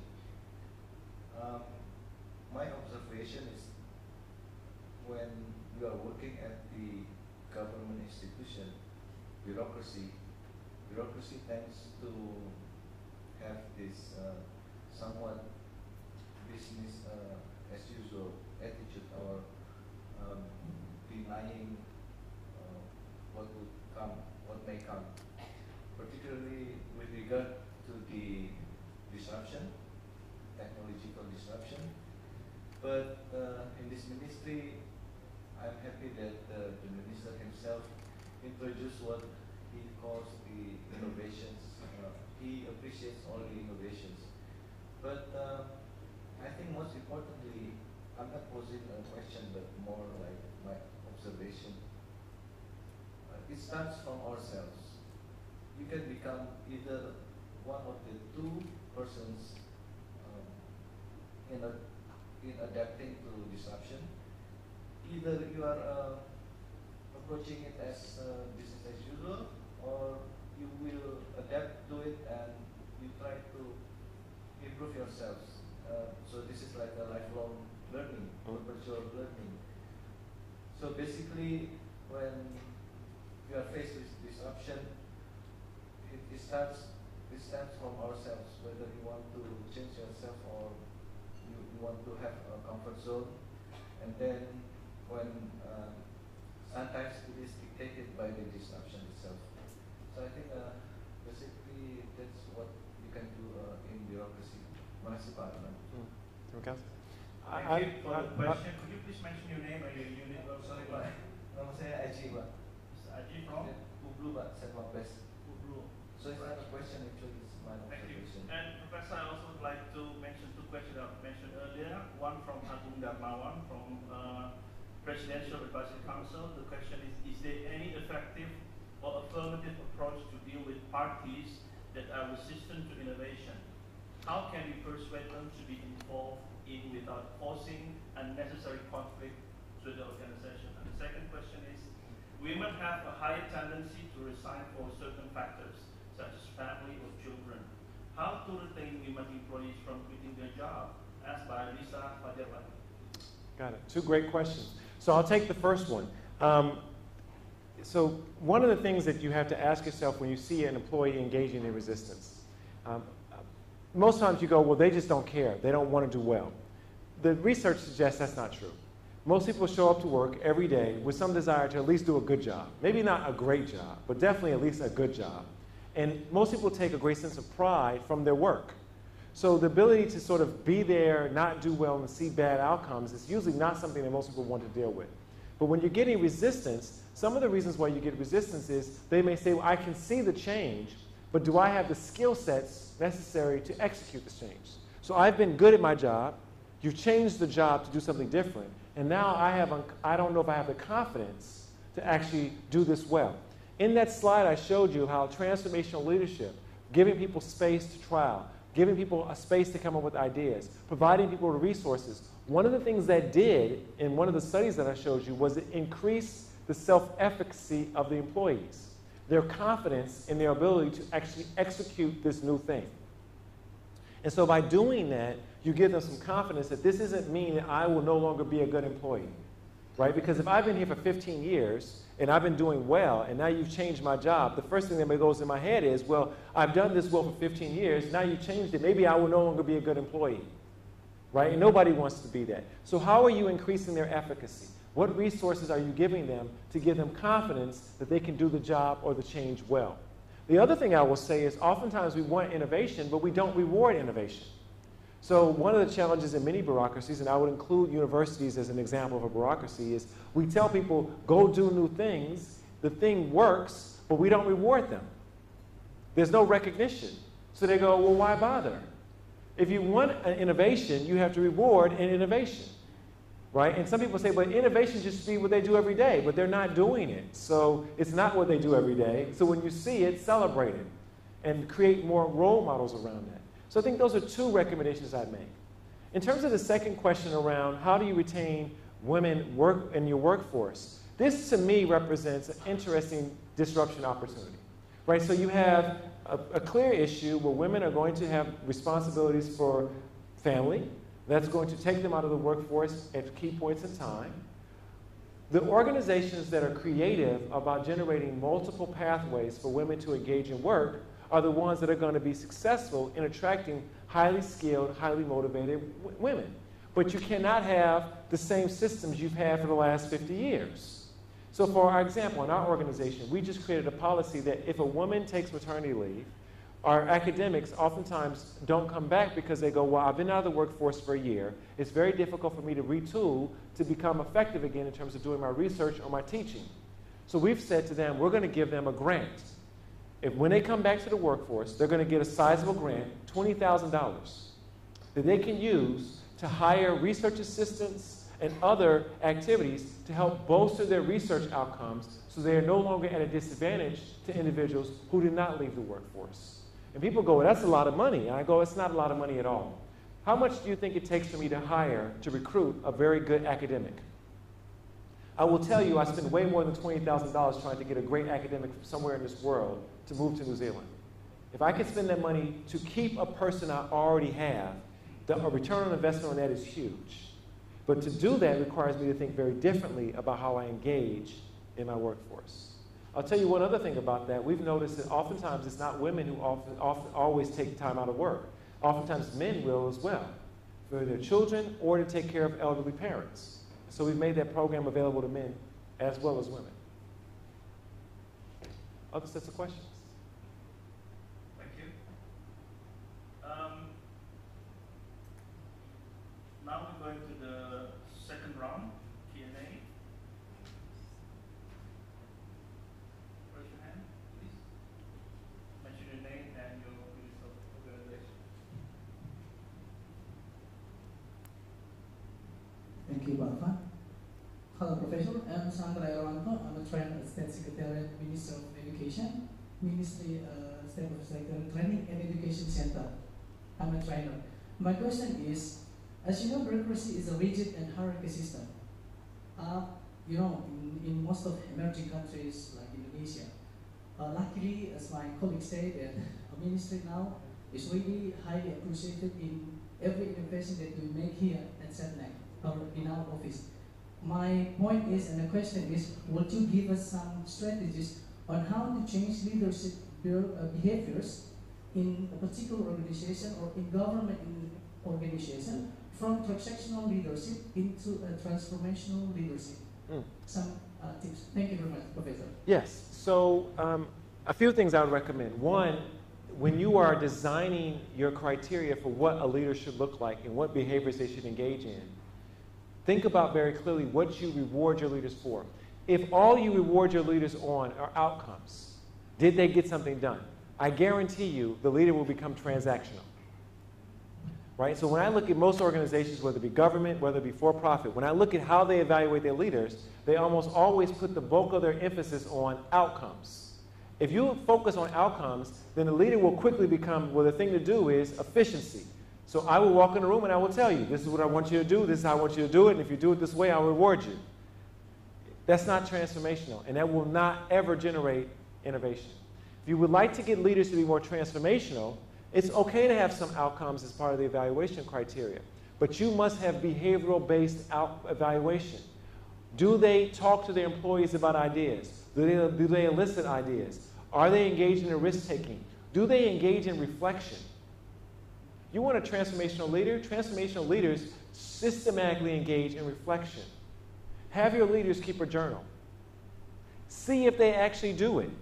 Why would I say that? Because it is when you reflect upon the outcomes of what happened that you begin to discover the opportunities. And most leaders, particularly transactional ones, never have time to reflect. They're too busy getting stuff done. So think about the criteria you use to evaluate them. And similarly, think about the way you develop them. So what type of developmental processes do you put them through? Oftentimes we think about training leaders and development of processes in terms of work experiences, about being able to put them in tasks that give them specific skills. Put them in areas that are very different and from the background that they come from. Yes, they're going to make some mistakes, but it will open up their mind. What did I say innovation stems from? Combination of complementary expertise. Have them go spend some time in different ministries. It may not have an immediate impact on their performance, but it will open up their ideas about how they can bring in other forms of expertise to drive an outcome. So those two things I think are good examples. Think about how you evaluate them, and think about the developmental processes you put them through. Thank you for the question. I thought I saw another hand. Any other question? Yes, right here. Adi? Thank you, Pak Alvan. My name is Adi Pradana from Deputi Hublemas. A simple question. In terms of work changing rapidly or the environmental organization is changing rapidly, do you think we still need like standard operating procedure for the organization, or it is the end of the idea of best practice? Because for coping with the changing, innovation is the answer. So do you think we still need best practice idea in operating the organization? Thanks. Yeah, thank you. It's a good question. So I think it's not as easy as yes or no. So there are all the disruptions we've talked about today have an impact on your organization, every single one. But the disruptions we talked about today do not impact every aspect of your organization. There are aspects of your organization that are actually not being disrupted. And for those areas, then it makes sense to actually learn from best practice, and just because the environment has not changed. Remember I said disruptions are shifts in the external environment, not internal. So if the external environment has not impacted an internal process, then there's no reason to innovate. There's no benefit for the innovation. So be very clear in understanding, okay, where are the areas that the external environment has had an impact on our outcomes, and where is it that they have not? That's not all things. So I think the good organizations are going to have a balance of this. They think clearly about where is the external shifts impacting us and where they're not. Now, it could be that it's a quite big change. That means you have to get rid of a lot of the standing processes that you have. It could be that it varies based on ministry. This is the aptitude and the insight of the leader to make that distinguishing feature. You had a question. Please.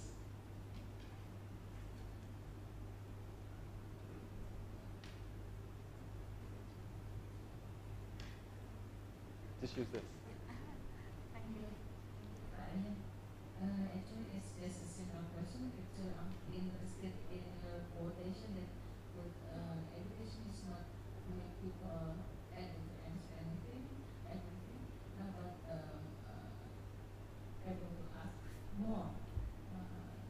my simple question is, being here and listening to your lecture, I ask myself, what innovation can I make in my position here for Setneg or in Setneg? What I have to start? Would you like to help me to answer the question? Thank you. Thank you. Mention your name, please. And your unit. Okay. From? Terima kasih, Ibu, for the question. So my understanding of the question is, where do you start? How do you start? So in a large, complex organization, you are not going to walk in and change everything tomorrow. Even if you were the minister, you could not do that, right? But what you can do, even in every area represented here, is you can begin to engage in what I will call experiments, pilots. So if I gave you the example with the program we ran in Australia, I would have liked to have launched a national program that was in every community all around the place from day one. That's how much confidence I had in my idea. But that wasn't possible. So where did I start? I started with a small pilot that had 15 people. And you know what? Nobody was going to really notice if it went bad. And if it went well, then I was just going to tell everybody it went well. But it was a small amount of money necessary, so it wasn't a huge risk. And because I was able to start with that experiment, I was able to learn. Not everything we did worked perfectly. We made some changes. And that allowed me to scale up. And each time we ran it a little bit bigger. So everybody in here has enough discretionary time or resources to trial at least one small pilot. You can go talk to one organization that you've never talked to before. You can try to make one change in a particular process you've never done before. You can bring in a partner that you've never used before. You know what? Even if it goes bad, most cases, nobody's going to notice. Or they won't notice until long after it's done. But if it goes well, you know you're onto something, and then you can scale. So my recommendation is, even if it's a small pilot, look at doing an experiment somewhere in your area. Everyone in this room has enough discretion to do that. Thank you. Anyone else? Please. Thank you for the chance to I just wanted to respond to your presentation. Is that you should know that there is one thing is to be barrister or handicapped, that someone who work in the government office and if someone work in the private company. Because from the beginning, for someone working in the government, they set up their mind is just only to serve the leaders.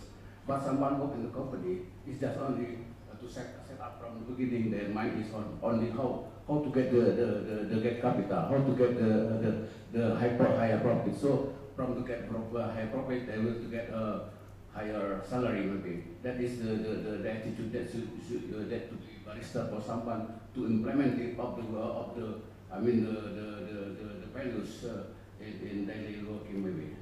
Thank you. I just respond to your presentation. Yes. So I certainly think the mission and the culture of government agencies is not the same as companies. But what I would say is that the commitment to do well, the commitment to serve, the commitment for a government agency to provide a better service to its community, it has the same impact as motivating those organizations to engage in innovation.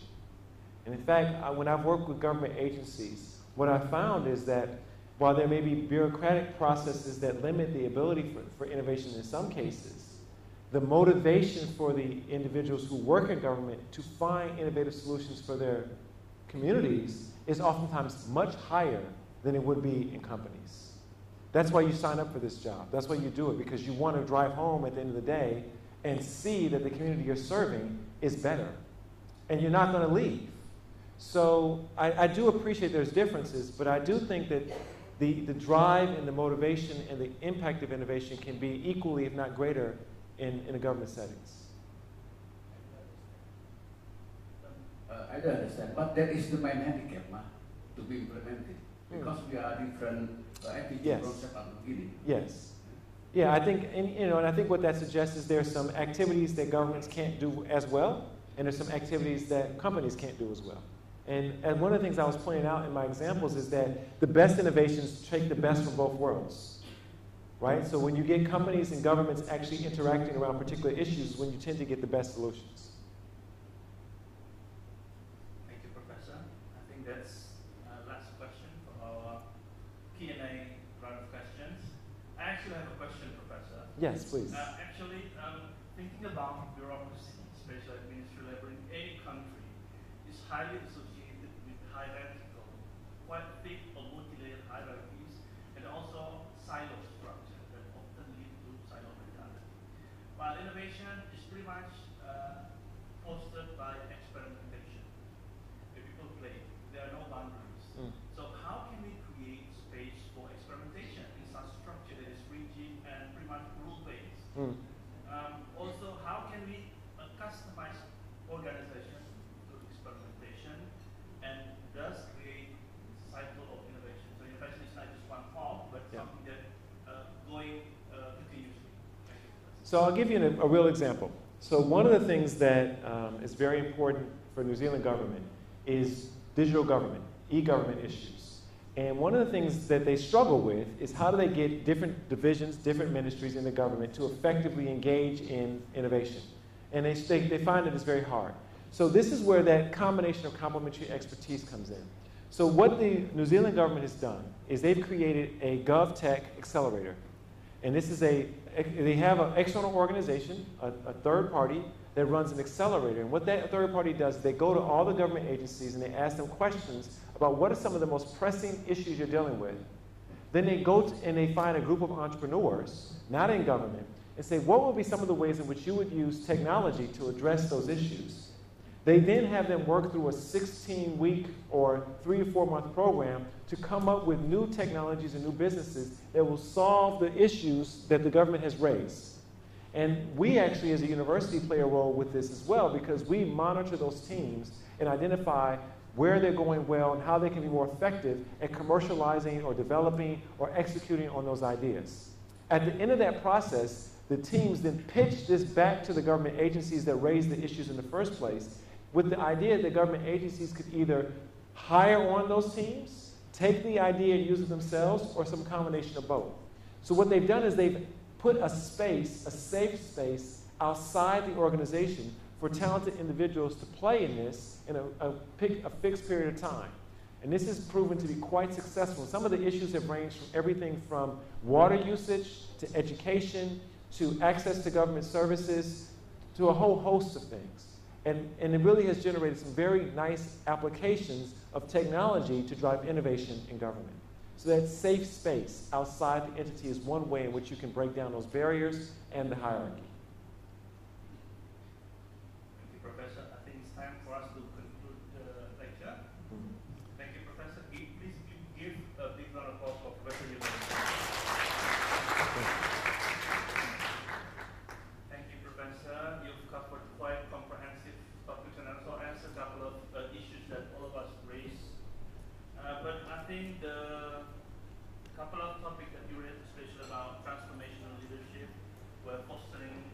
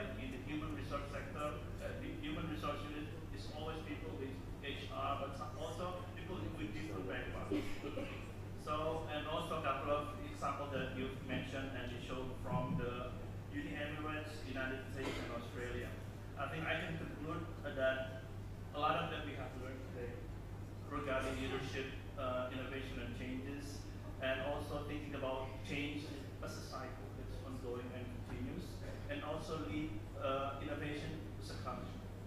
Culture that championed by creating role model and also creating a balance. In the end, we also aim to achieve cross-sectional partnership, which you mentioned, and also our aim is to have complementary expertise as something that is ongoing and dynamic.